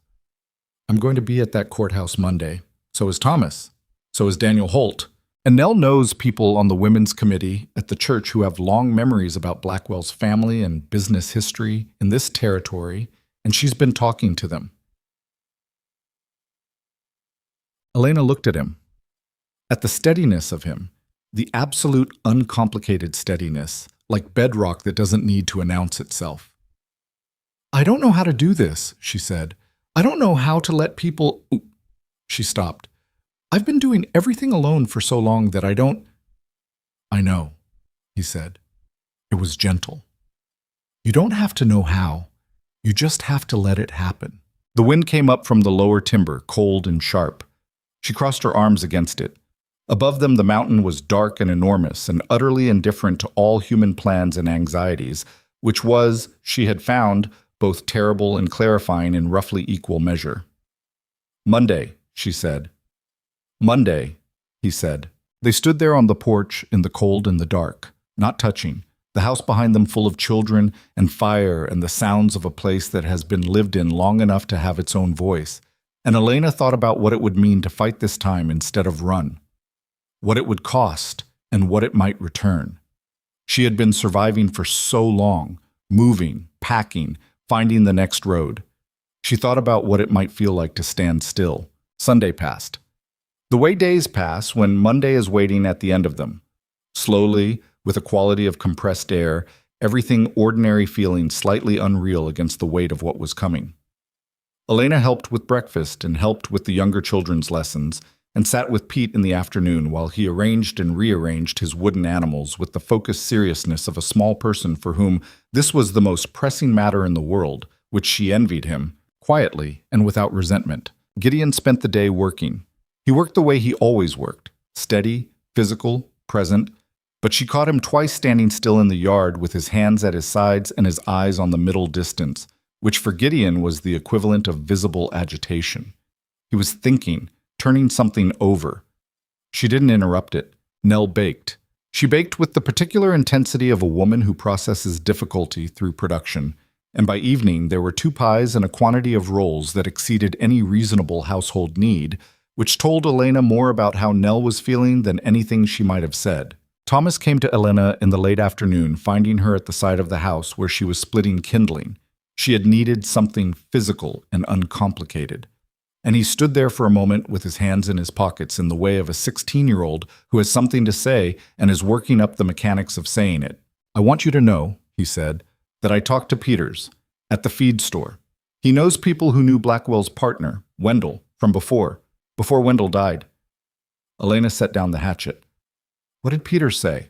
"He said Wendell's widow is still alive, lives in Dalton still, and that she and Blackwell have been in a legal dispute over the estate since Wendell died." Thomas looked at her with the directness of someone who has decided to just say the thing. "Peters thinks she might know things. About the books. About whether Blackwell's account of things is what he says it is." Elena was quiet for a moment. "Did Peters say how to reach her?" "He wrote down an address." Thomas pulled a folded paper from his coat pocket and held it out. Holt was going to send a telegraph message this evening. He thought it was worth trying. She took the paper. She looked at this boy. This serious, competent, quietly generous boy who had spent the first 2 weeks of her time here pointedly staying out of her way, and had now, without fanfare, done something that could matter considerably. "Thank you, Thomas," she said. He shrugged in the manner of his father, minimizing, deflecting, made uncomfortable by direct acknowledgement. "It might not come to anything," he said. "I just thought it was worth doing." "It was worth doing," she said. He nodded and went back to the barn, and Elena stood with the folded paper in her hand and the hatchet at her feet and the cold afternoon light coming through the pines. And she thought about Margaret Wendell, Horace's widow, who she had met 4 times over 4 years of working in that office, and who had been a small, precise woman with observant eyes and the particular quality of attention of someone who notices more than they are assumed to notice. She thought about what Margaret Wendell might know, what she might have seen, what she might be willing to say. Monday morning came hard and clear the way mountain autumn mornings come. Bright cold air, frost on the grass, the sky a blue so sharp it looked like it had been cut out and placed there. Elena was up at 5 and dressed in the best of what she had, which was not much but was clean and neat, and she came out to the kitchen to find Nell already at the stove and Gideon already at the table with his coffee and his coat on. He looked at her when she came in. One of those assessments. She held still for it. "You look fine," he said. "I look like a woman who has been living out of a trunk for 6 weeks, she said.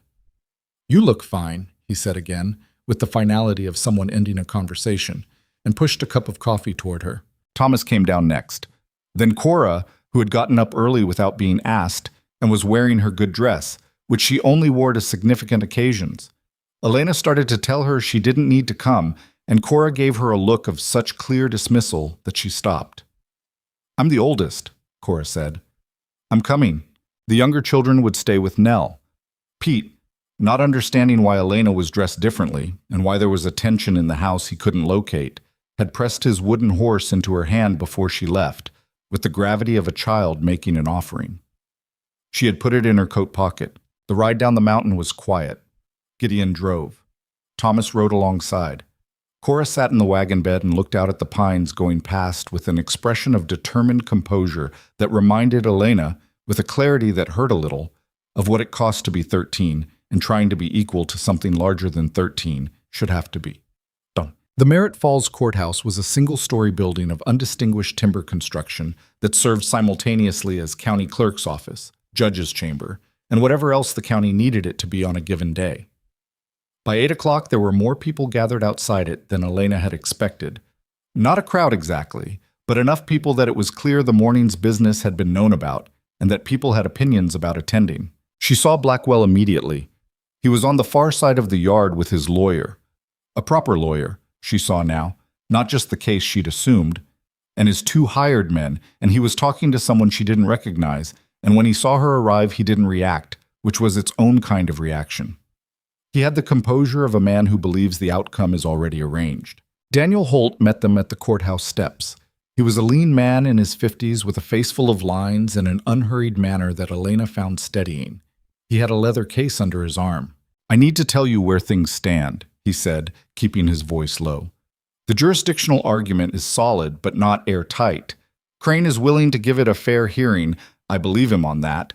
But Blackwell's lawyer is good, and they anticipated the challenge.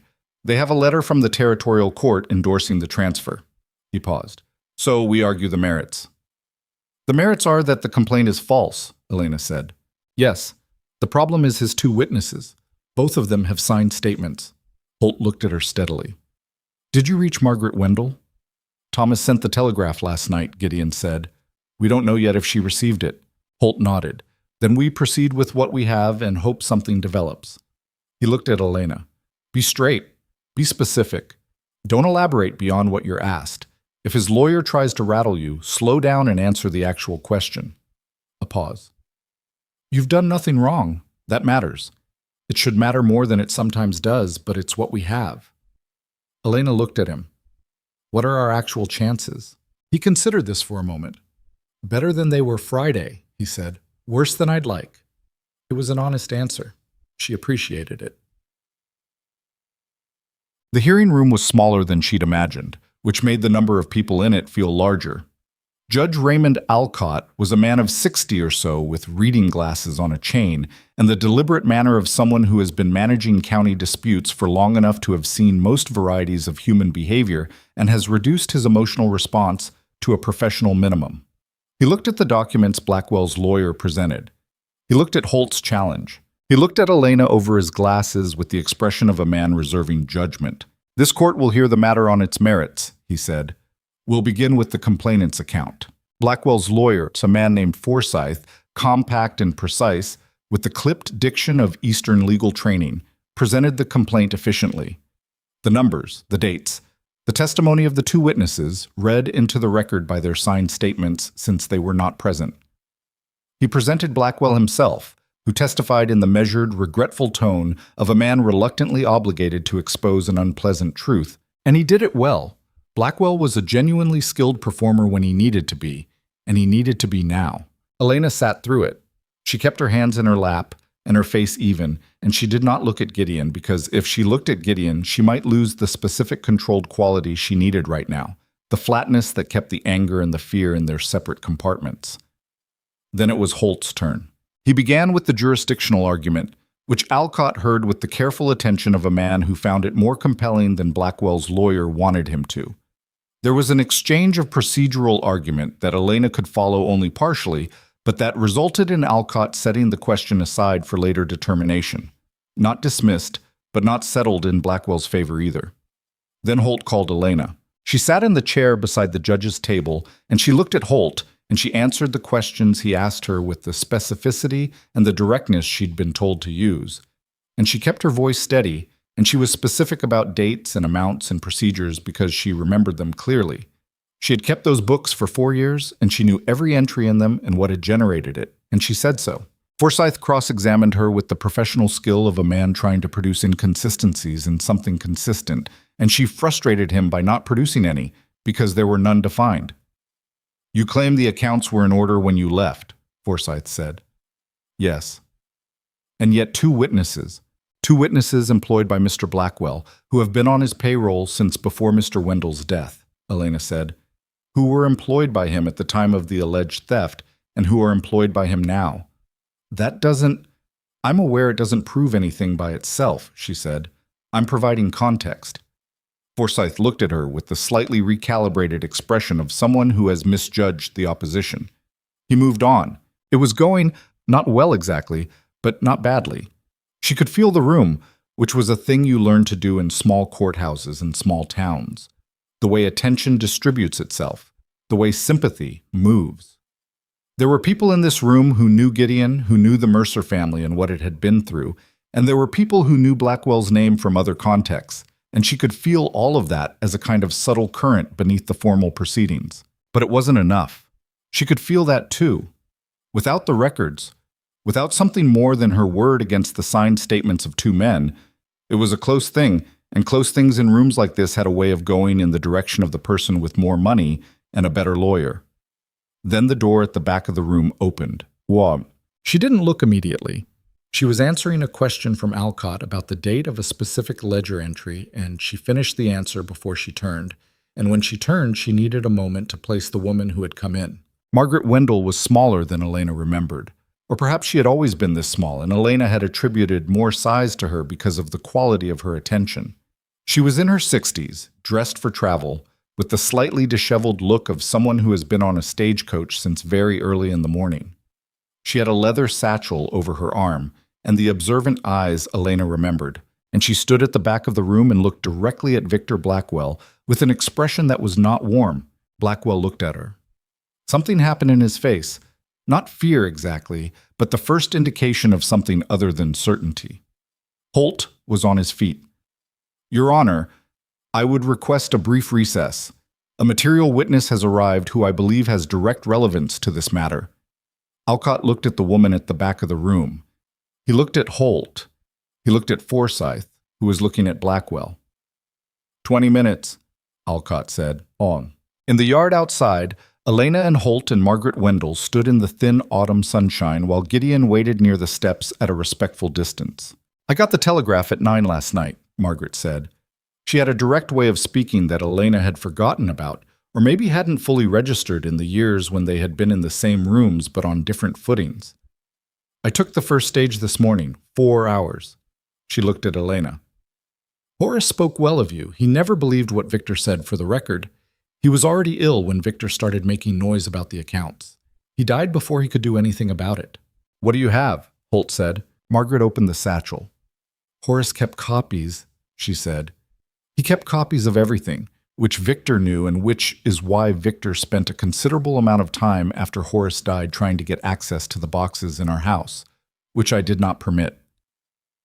She produced a bundle of papers, folded and tied, with the particular handling of someone who has been taking care of them for a long time. Ledger copies, correspondence, including 3 letters from Victor to a business associate in which he discusses, fairly explicitly, his intention to take control of the company's liquid assets after Horace's death and the method by which he planned to do it. She paused. Which method involved establishing that the bookkeeper had been stealing so that the accounts could be re-examined and reattributed without the complication of an accurate record? The silence that followed that was the specific silence of something significant becoming clear. "He planned it before your husband died," Elena said. "He planned it before Horace was diagnosed," Margaret said. "Horace had a heart condition. Victor knew about it before the rest of us did because he paid Horace's doctor for that information, which I also have documentation of." Her voice was perfectly even. "I have been waiting for an opportunity to put this in front of someone with the authority to act on it. I'm sorry it took me this long to find one." She looked at Elena with those observant eyes, and what was in them was not pity and not sentiment, but the specific recognition of one woman who has been in a room with Victor Blackwell by one woman who has also been in that room, and what it had cost them both, and what it meant to finally be in a room where someone could do something about it. "Let's go back in," Margaret said. What happened in the next 2 hours was not dramatic in the way that dramatic things sometimes are. No shouting, no sudden confessions, no theatrical reversals. It was slower and more procedural than that, and in some ways more devastating for it. Holt presented Margaret Wendell's documents to Alcott, who read them with the focused attention of a man encountering something unexpected and significant. He called Blackwell's lawyer to examine them. Forsyth took the documents and read them, and his face did something that a professional face should not do, which was to become briefly uncertain. He requested a recess. Alcott allowed 15 minutes. Elena sat with Gideon at the side of the room. He had not said anything since Margaret Wendell had walked in. He was a man who processed things internally and reported on them later, which she had become accustomed to. He sat beside her with his arms on his knees and his eyes forward, and at one point, without ceremony or announcement, he put his hand over hers where it rested on the bench. She looked at his hand, large and weathered and perfectly steady. She turned her hand over and held it. When the recess ended, Forsyth stood and told the court that he had reviewed the newly presented materials and that in light of them, he wished to confer with his client before proceeding. Alcott said that was his prerogative. Forsyth went to Blackwell. The conversation was brief and conducted in low voices that Elena could not hear from where she sat, but she could see Blackwell's face, and she watched the composure in it, that careful, arranged, sociable competence, work through something that it could not quite manage. He said something short and flat. Forsyth responded. Blackwell looked at Margaret Wendell with an expression that he controlled almost entirely except for the eyes. And in the eyes there was something that Elena recognized from the third time she had said no to him, and watched his face change. He had not expected this. He had not planned for this particular variable, and the absence of this plan was visible in him for approximately 30 seconds before he reassembled himself. But the 30 seconds were long enough for the room to see it. Forsyth stood. "Your Honor, the complainant wishes to withdraw the complaint." The sound in the room was not exactly a sound, more a collective shift in breath, in posture, the particular movement of a group of people recalibrating what they are witnessing. Alcott looked at Forsyth over his glasses. "The complaint is withdrawn." "Yes, Your Honor." "On what basis?" A pause. "New information has come to light that the complainant feels warrants further private review before legal proceedings continue." Alcott was quiet for a moment. He looked at the bundle of documents on the table in front of him. He looked at Blackwell, and in Alcott's face was the expression of a man who has come to a private conclusion that he is choosing, for reasons of procedure and precedent, to hold back from making public just now. "The complaint is withdrawn," Alcott said. "The associated filing is dismissed. Miss Hartwell, you are free to go." He paused. "Mr. Holt, these documents remain part of the court record. You understand that?" "Yes, Your Honor," Holt said. "Then we're done here." Alcott took off his glasses. He looked at the room. "Court is adjourned." It didn't feel like victory. Elena had expected it to feel like something more decisive, more final, and it didn't. It felt like the ending of a particular immediate danger, which was real and significant, but underneath it there was the knowledge that a complaint dismissed is not the same as a lie exposed, and a man who withdraws a false accusation has not been made to answer for it. She was standing in the yard outside the courthouse when Holt found her. "It's not over," she said. "No," he agreed. "But it's different now. The letters are in the court record. The territorial marshal's office will see them. That's part of the record process. What Blackwell does with that I can't predict, but he knows those documents exist, and he knows they're no longer in a box in a widow's house where he could get to them." Holt looked at her steadily. "He came here thinking you were alone and without resources. He was wrong about that. That changes his calculation." Elena looked across the yard. Blackwell was leaving with Forsyth, not looking back, moving with the deliberate pace of someone who is managing their exit carefully. His 2 hired men fell in behind him. She watched him go. She thought about the 6 months she had spent after leaving Dalton, moving, looking over her shoulder, building nothing because she was afraid it could be taken. She thought about the morning at the county line with the rain coming in and her trunk in the mud and nothing ahead she could see. She thought about what it had taken to get to this yard on this morning and who had been part of that taking. Margaret Wendell appeared beside her. "He'll face other consequences," she said. "I intend to take those letters to the marshal's office myself. There's the matter of the physician he paid and the matter of the estate dispute, and there are other people in Dalton who have been waiting for an opening." She looked at Elena. "You are not the first person he did this to." "I know," Elena said. "But you may be the last one he tries it with," Margaret said, "because now it's in a court record." She extended her hand. "I'm sorry it took this long." Elena shook it. "Thank you for coming." "Horace would have wanted it done right," Margaret said. "He was not a perfect man, but he wanted things done right." She went to find her stage back to wherever she'd come from. A a small woman with a satchel full of documents that had traveled 4 hours in the early morning to do what truth sometimes needs to do. Show up in the right room at the right moment. Yeasted. The ride back up the mountain was different from the ride down. Not loud. Gideon was not a loud ride home kind of man, and neither, it turned out, was Elena. But different in quality. The compressed air was gone. The cold was just cold again. The kind of November cold that means winter is a committed intention. And the pines were their ordinary selves, dark and indifferent and permanent. Cora sat in the wagon bed. At some point during the ride, she moved up to the bench and sat on Elena's other side, which was not a thing she had done before. And she did not explain it or acknowledge it, just sat there with her shoulder against Elena's and her eyes on the road. Thomas, on horseback alongside, caught Elena's eye once and gave a brief nod, the most Thomas-like possible expression of something like relief, and looked away. They were halfway up the mountain when Gideon said without preface, "Prewitt was there." Elena looked at him. "What?" "At the back of the room. I saw him come in about halfway through. He left before the end." He kept his eyes on the road. "I don't know what he made of it." She thought about Prewitt in the back of that room, watching Margaret Wendell's documents go into the record, watching the complaint fall apart, watching Elena sit in that chair and answer questions without flinching. She thought about what it might mean that he had been there, and she found that she cared about it less than she expected to. Not nothing. She was not the kind of person who genuinely felt nothing, but less.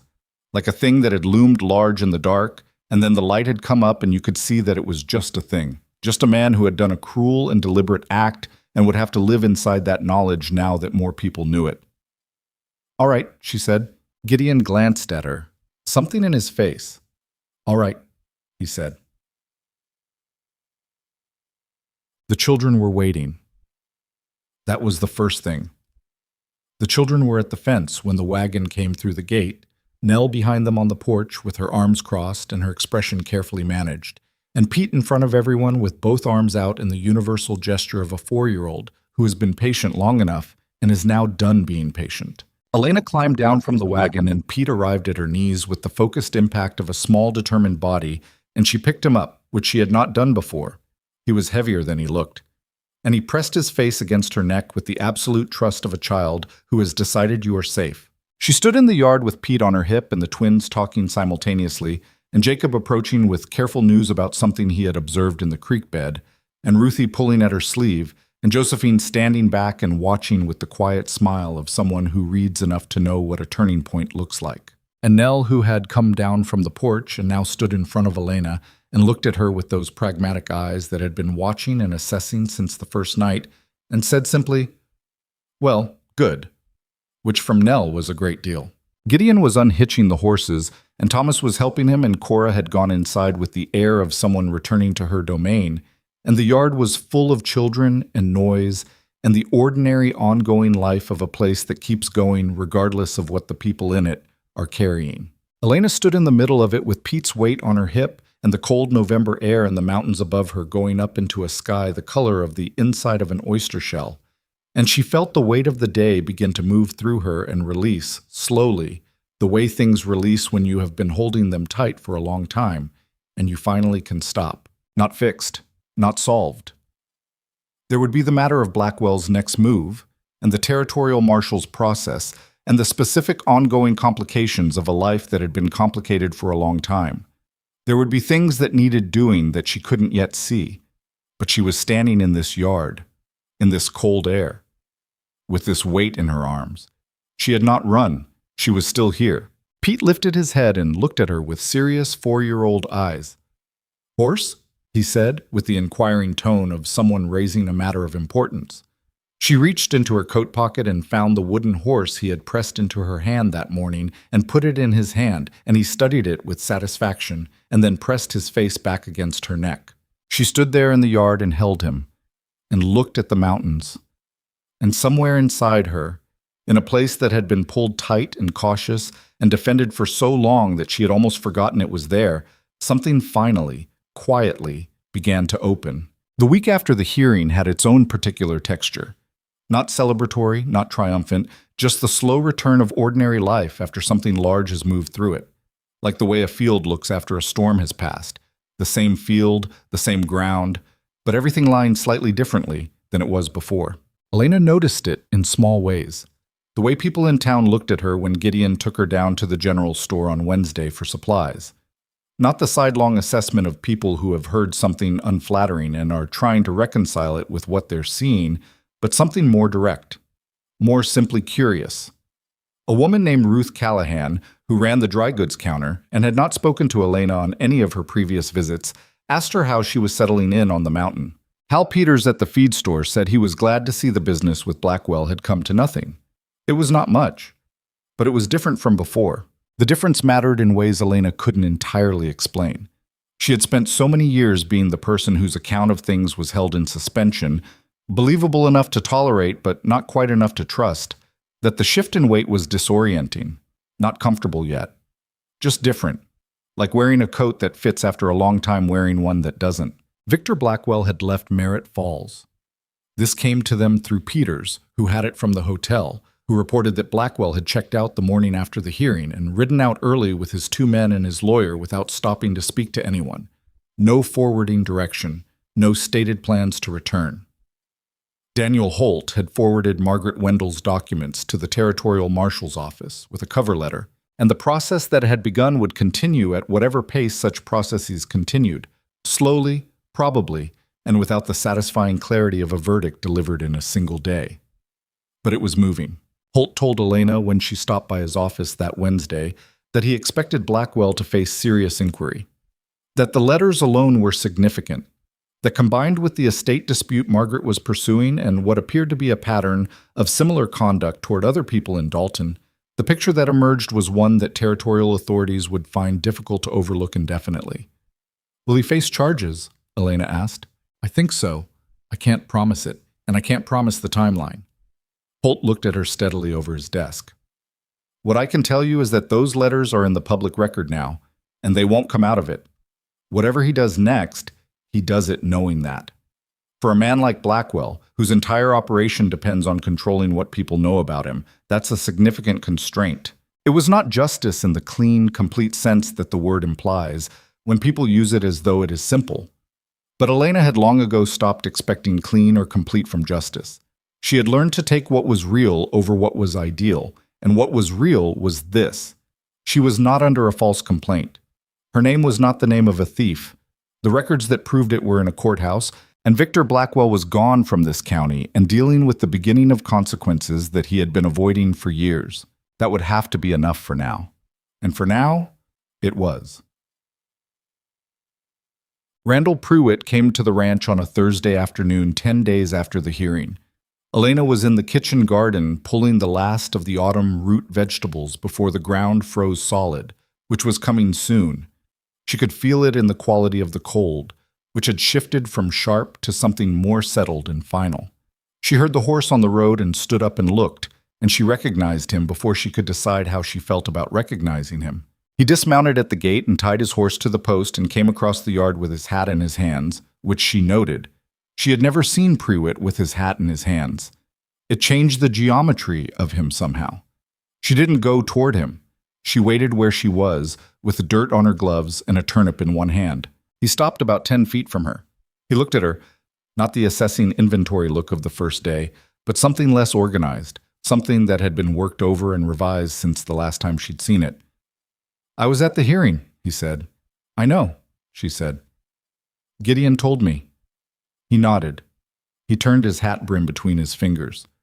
"I came to say something. I don't expect it to change anything. I think it needs to be said." Elena waited. "What I did," he said. "In the road, the way I did it." He stopped.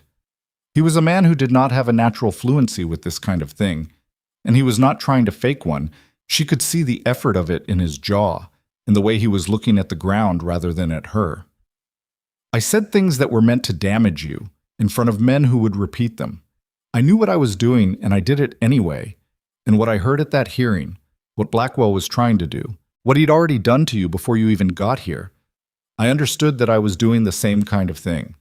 For different reasons, maybe, but the same kind of thing." Elena looked at him. She was aware of something moving in her chest.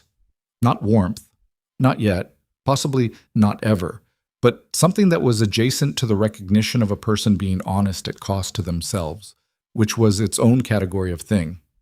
I'm not asking you to forgive it, he said. I'm just saying I know what it was. She was quiet for a moment. The garden around her was going to winter, the spent stalks of the summer's growth, the turned earth, the particular spare quality of a cultivated thing in the season of its dormancy. She thought about what it would mean to simply say thank you and let him go. She thought about what it would mean to say more. It hurt, she said. What you did, not just because of what you said, but because of the way you arranged it, because you wanted it to follow me. Yes, he said. I don't know if I forgive it, she said. I'm not going to tell you I do when I'm not sure. But I hear that you know what it was, and I think knowing what something is and saying so is not nothing. He nodded. He put his hat back on, the decisive gesture of a man concluding a conversation that has gone where it needed to go. You've made something here, he said. He looked at the house, at the yard, at the garden around her. I can see that. I hope it holds. He walked back to his horse and rode out without looking back. Elena stood in the garden for a long moment after he was gone. She thought about the woman who had stood at the county line in the rain with her trunk and her carpet bag, and nowhere to go and nothing but the accumulation of things that had been done to her, and said about her, and decided about her by people who had not thought to ask first. That woman was still her. She had not become a different person. She had not been healed or transformed or made new. She was the same woman with the same history and the same stubborn habit of surviving, standing in a garden with dirt on her gloves. But something in the context around her had shifted, and she was beginning to understand, slowly, that context was not nothing, that who stands beside you while you are being yourself, that matters, that it shapes what being yourself can mean. She went back to pulling turnips. That evening, Gideon was late coming in. She had noticed over the weeks that he sometimes stopped on the ridge above the upper pasture in the late afternoon, particularly in this season when the light came across the mountains at an angle that was genuinely remarkable if you had any capacity for noticing such things, which Gideon had more of than he ever said. She had stopped asking if supper should wait. It waited. When he came in and washed up and sat down, the children were already through the meal, and the kitchen was down to Elena and Nell and the comfortable sound of a house doing its evening settling. She told him about Pruitt. He listened without interrupting, which was his way. When she finished, he sat with it for a moment. What did you make of it? He said. I think he meant it, she said. I don't think that makes it resolved, but I think he meant it.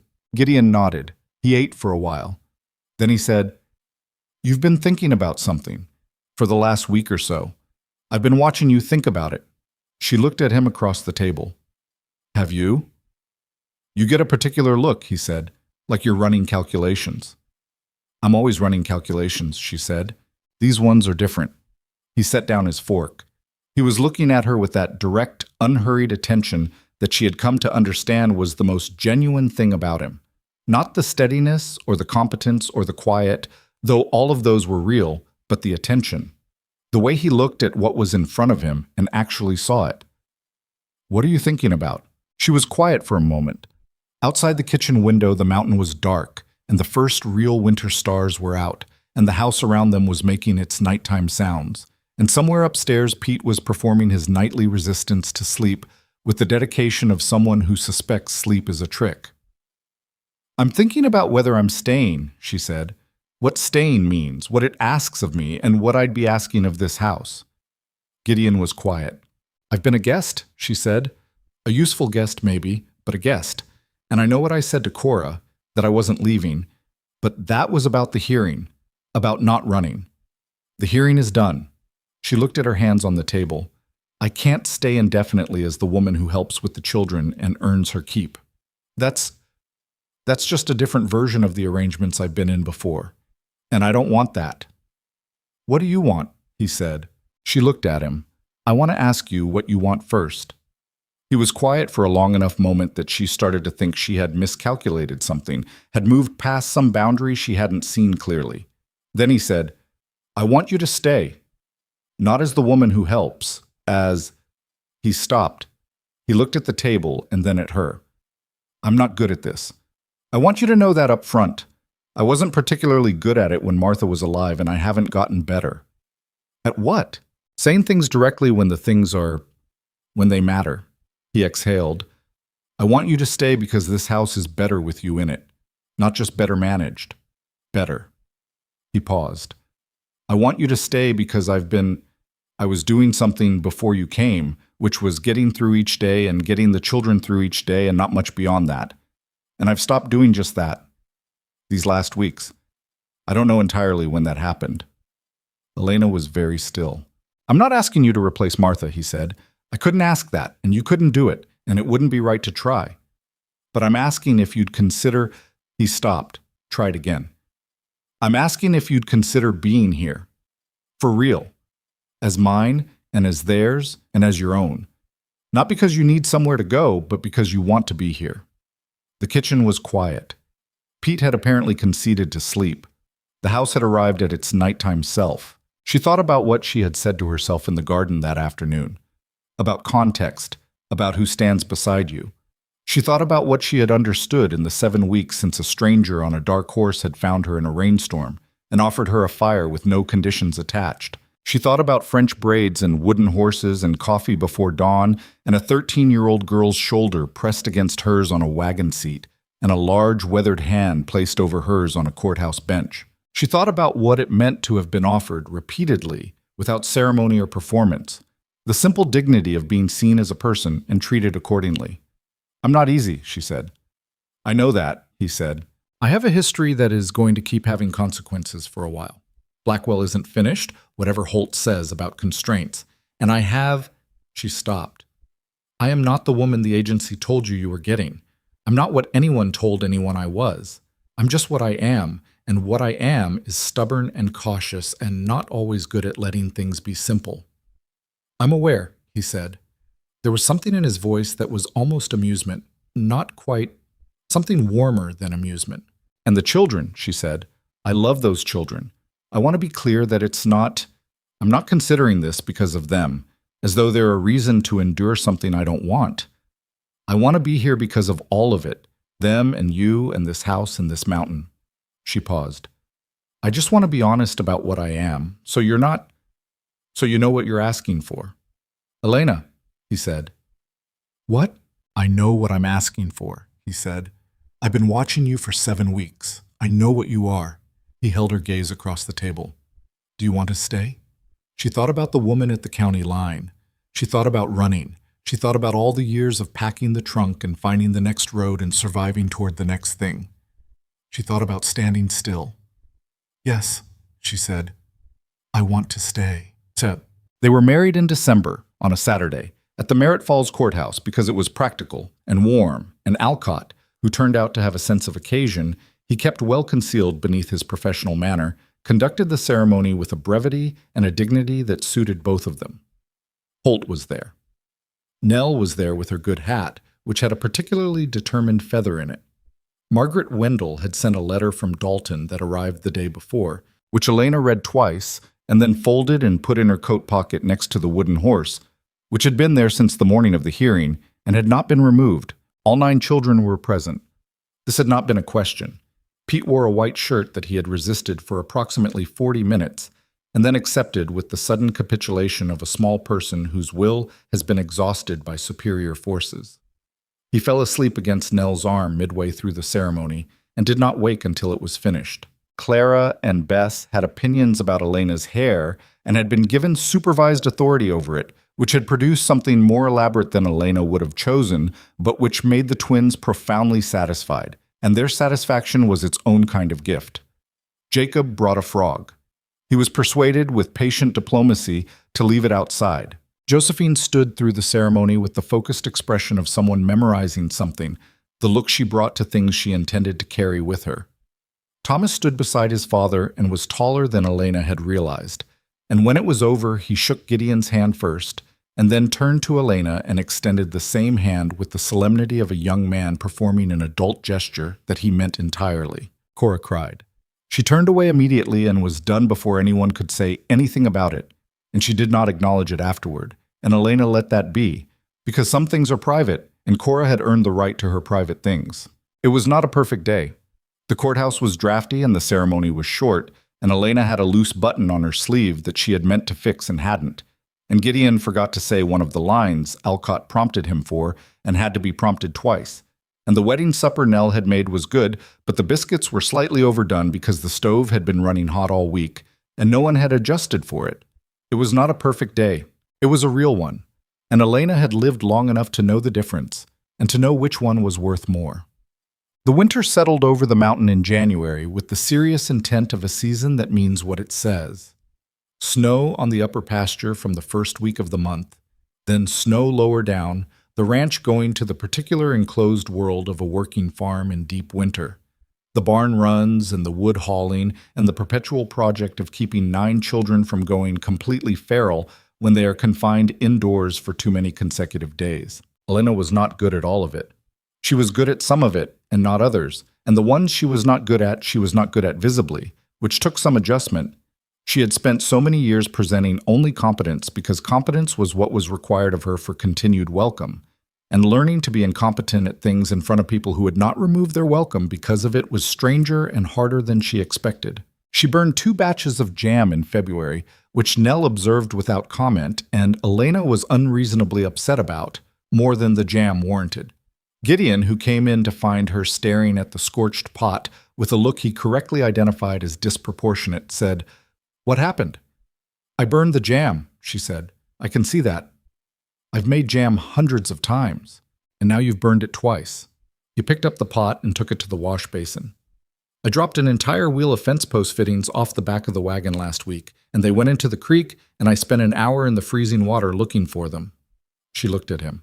"You didn't tell me that." "I'm telling you now." He handed her the pot. "The jam doesn't mean anything except the stove is still running hot. Nell told you that last month." He was right. The jam didn't mean anything. She knew that.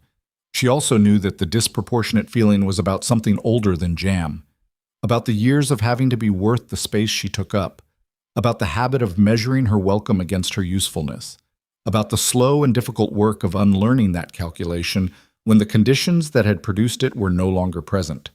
It was slow work. She was not going to pretend otherwise. But it was happening. In March, a woman appeared at the bottom of the mountain road with a bag and no horse and no plan, which Elena recognized at a proximity that was almost physical. Thomas had seen her from the ridge and come to tell Elena. Not Gideon, Elena noted. Thomas had come to her. And she went down the road to meet her before asking anyone else. The woman was younger than Elena, mid-20s, with the careful blankness of someone who has been through something recent and hard and is still in the part where you don't know what to feel about it yet. She said her name was Adeline.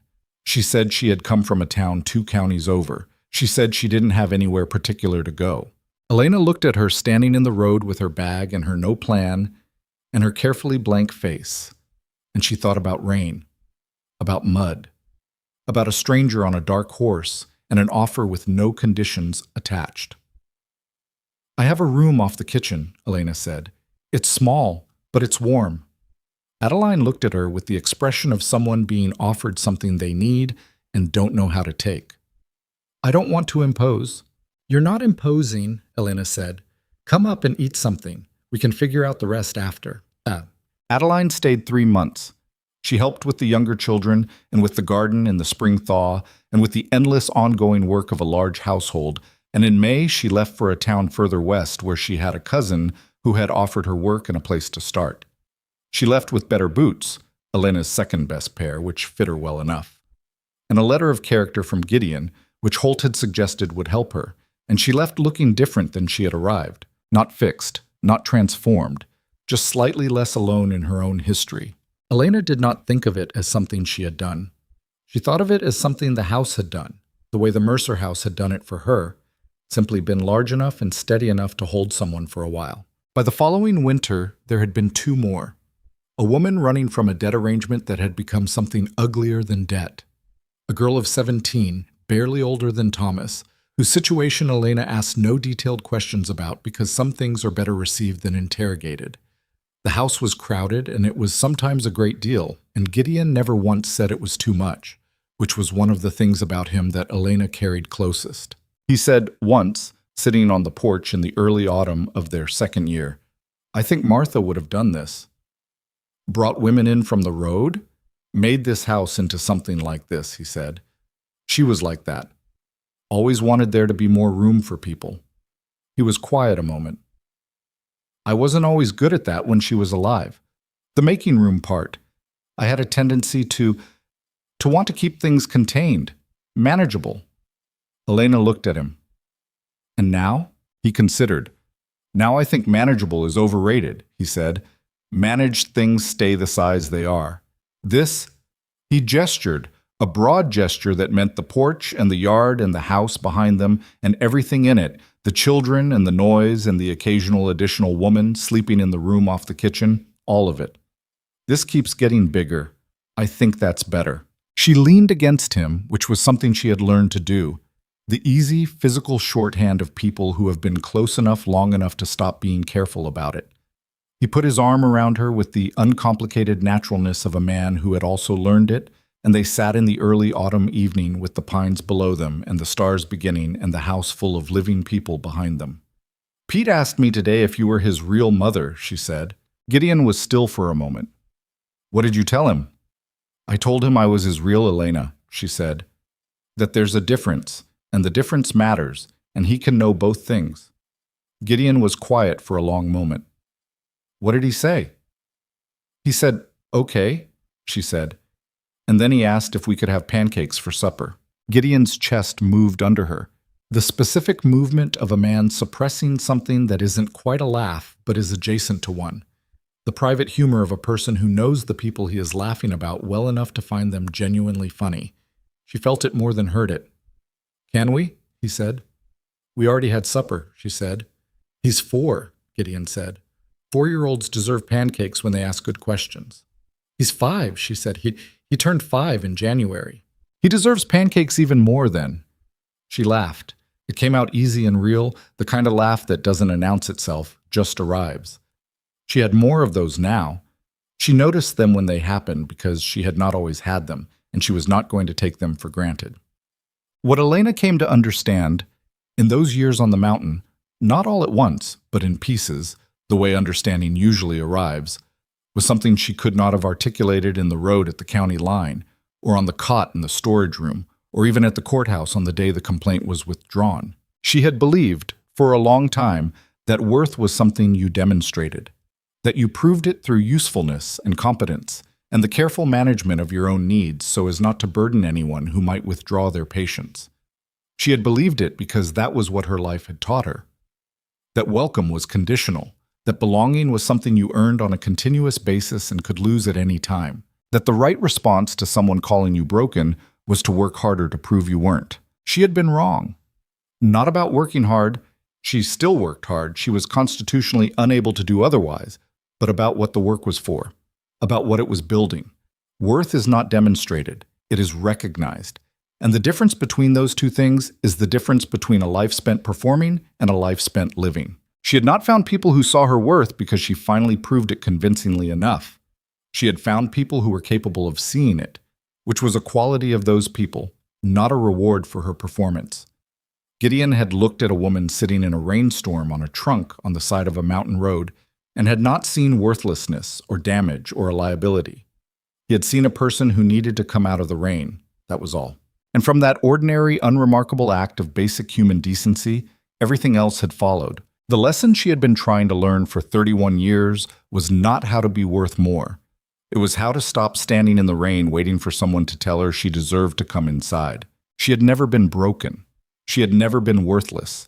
She had been, for a long time, in the wrong rooms with the wrong people, people who could only see her in relation to what she could provide them, and who called her broken when she stopped providing it. That was their limitation. She had spent years treating it as her own. She did not stop carrying the history of it. She did not wake up one morning unburdened. That is not how it works, and anyone who tells you it is has either not been through it or is selling something. She carried it. She just stopped carrying it alone, and that changed its weight in ways she had not expected. In the 5th year, Cora left for a teaching position in a town 50 miles east. She was 18 by then and had grown into herself in the specific way of young women who have been required by circumstance to become capable before they were entirely ready and have come out the other side of that with both the capability and the knowledge of what it cost. She was direct and unsentimental and funny in a dry way that she had not shown Elena for the first several months of their cohabitation and which had become, over time, one of Elena's favorite things about her. The morning she left, she stood in the kitchen with her bag and said to Elena, without much preamble, "You know you didn't have to stay. After the hearing, you could have gone." "I know," Elena said. "You chose this," Cora said. "I just wanted to say that I know that it wasn't, you didn't stay because you had to." Elena looked at this young woman who had sat in a kitchen doorway at 13 years old and asked her not to leave, who had pressed her shoulder against Elena's on a wagon seat without explanation or acknowledgement, who had cried at her wedding and never admitted it. "Neither did you," Elena said. "Choose to let me in." Cora considered this with the expression she used for things that were true and that she needed a moment to accept. "No," she said. "I didn't have to." They stood in the kitchen and held each other, briefly and tightly, in the way of people who are not naturally demonstrative and make an exception because some moments require one.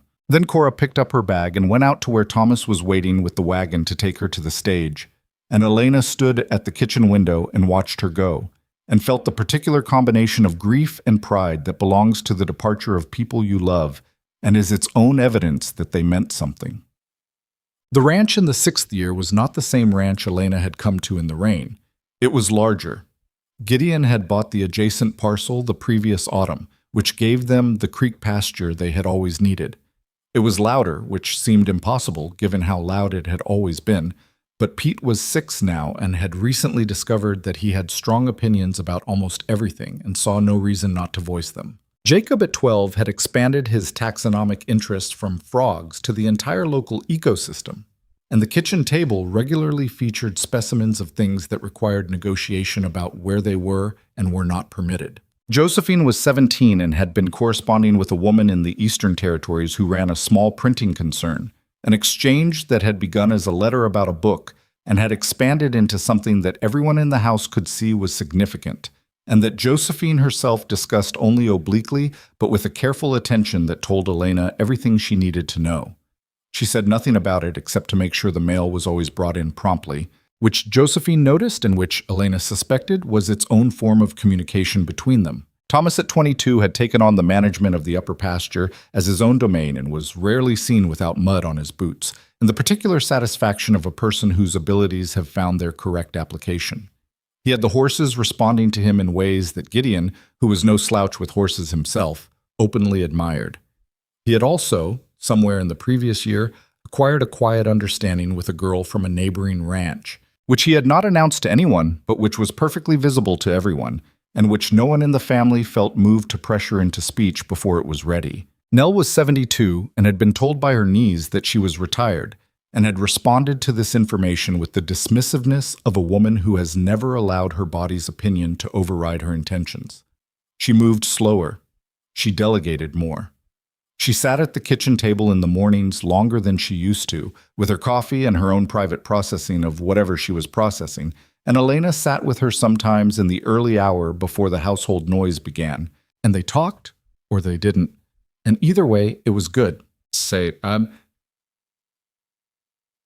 One evening in early autumn of that 6th year, Elena climbed to the ridge above the upper pasture, at the hour when Gideon sometimes stopped there.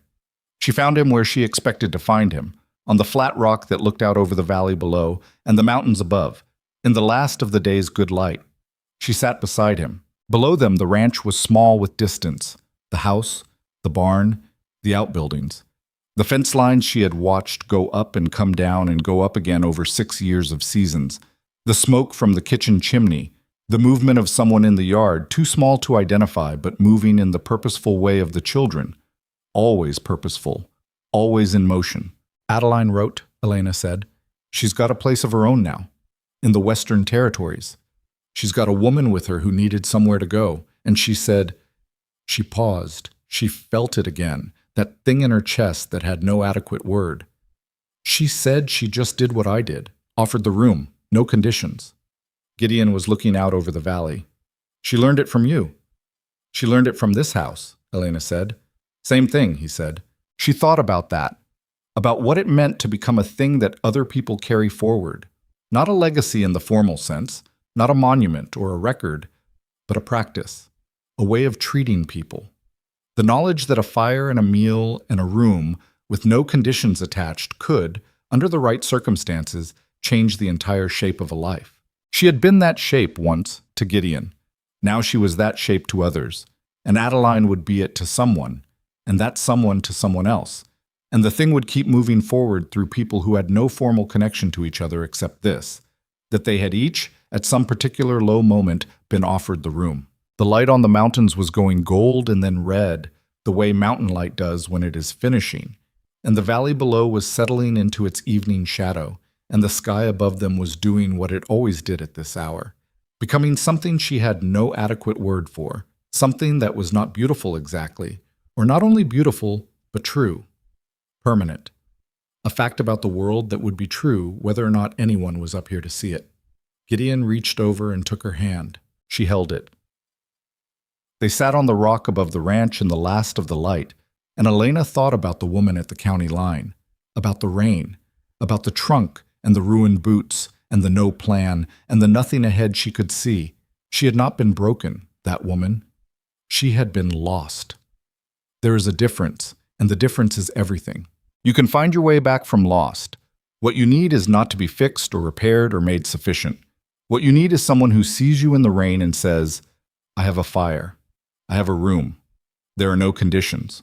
What you need is to survive long enough to find the people who were always already capable of seeing you. She had survived. She had found them. Below her, the kitchen light came on in the house, warm and yellow in the coming dark, and the sound of children's voices rose on the evening air, indistinct, multiple, the particular music of a house full of living people who would be hungry soon and would argue about something at supper, and would fill the rooms with the irrefutable evidence of their existence. Home, Elena thought. Not a place she had arrived at, a thing she had helped build day by day, out of ordinary materials, work and patience and stubbornness, and the willingness, finally, to stop moving long enough to belong somewhere. She had never been unwanted. She had been in the wrong places. She was in the right one now. Gideon squeezed her hand once, in the quiet way of a man saying something he doesn't need words for, and she squeezed back, and they sat together on the mountain while the light finished and the stars began, unhurried, one by one, in numbers that were, as always, excessive and perfect and entirely indifferent to anything except being what they were.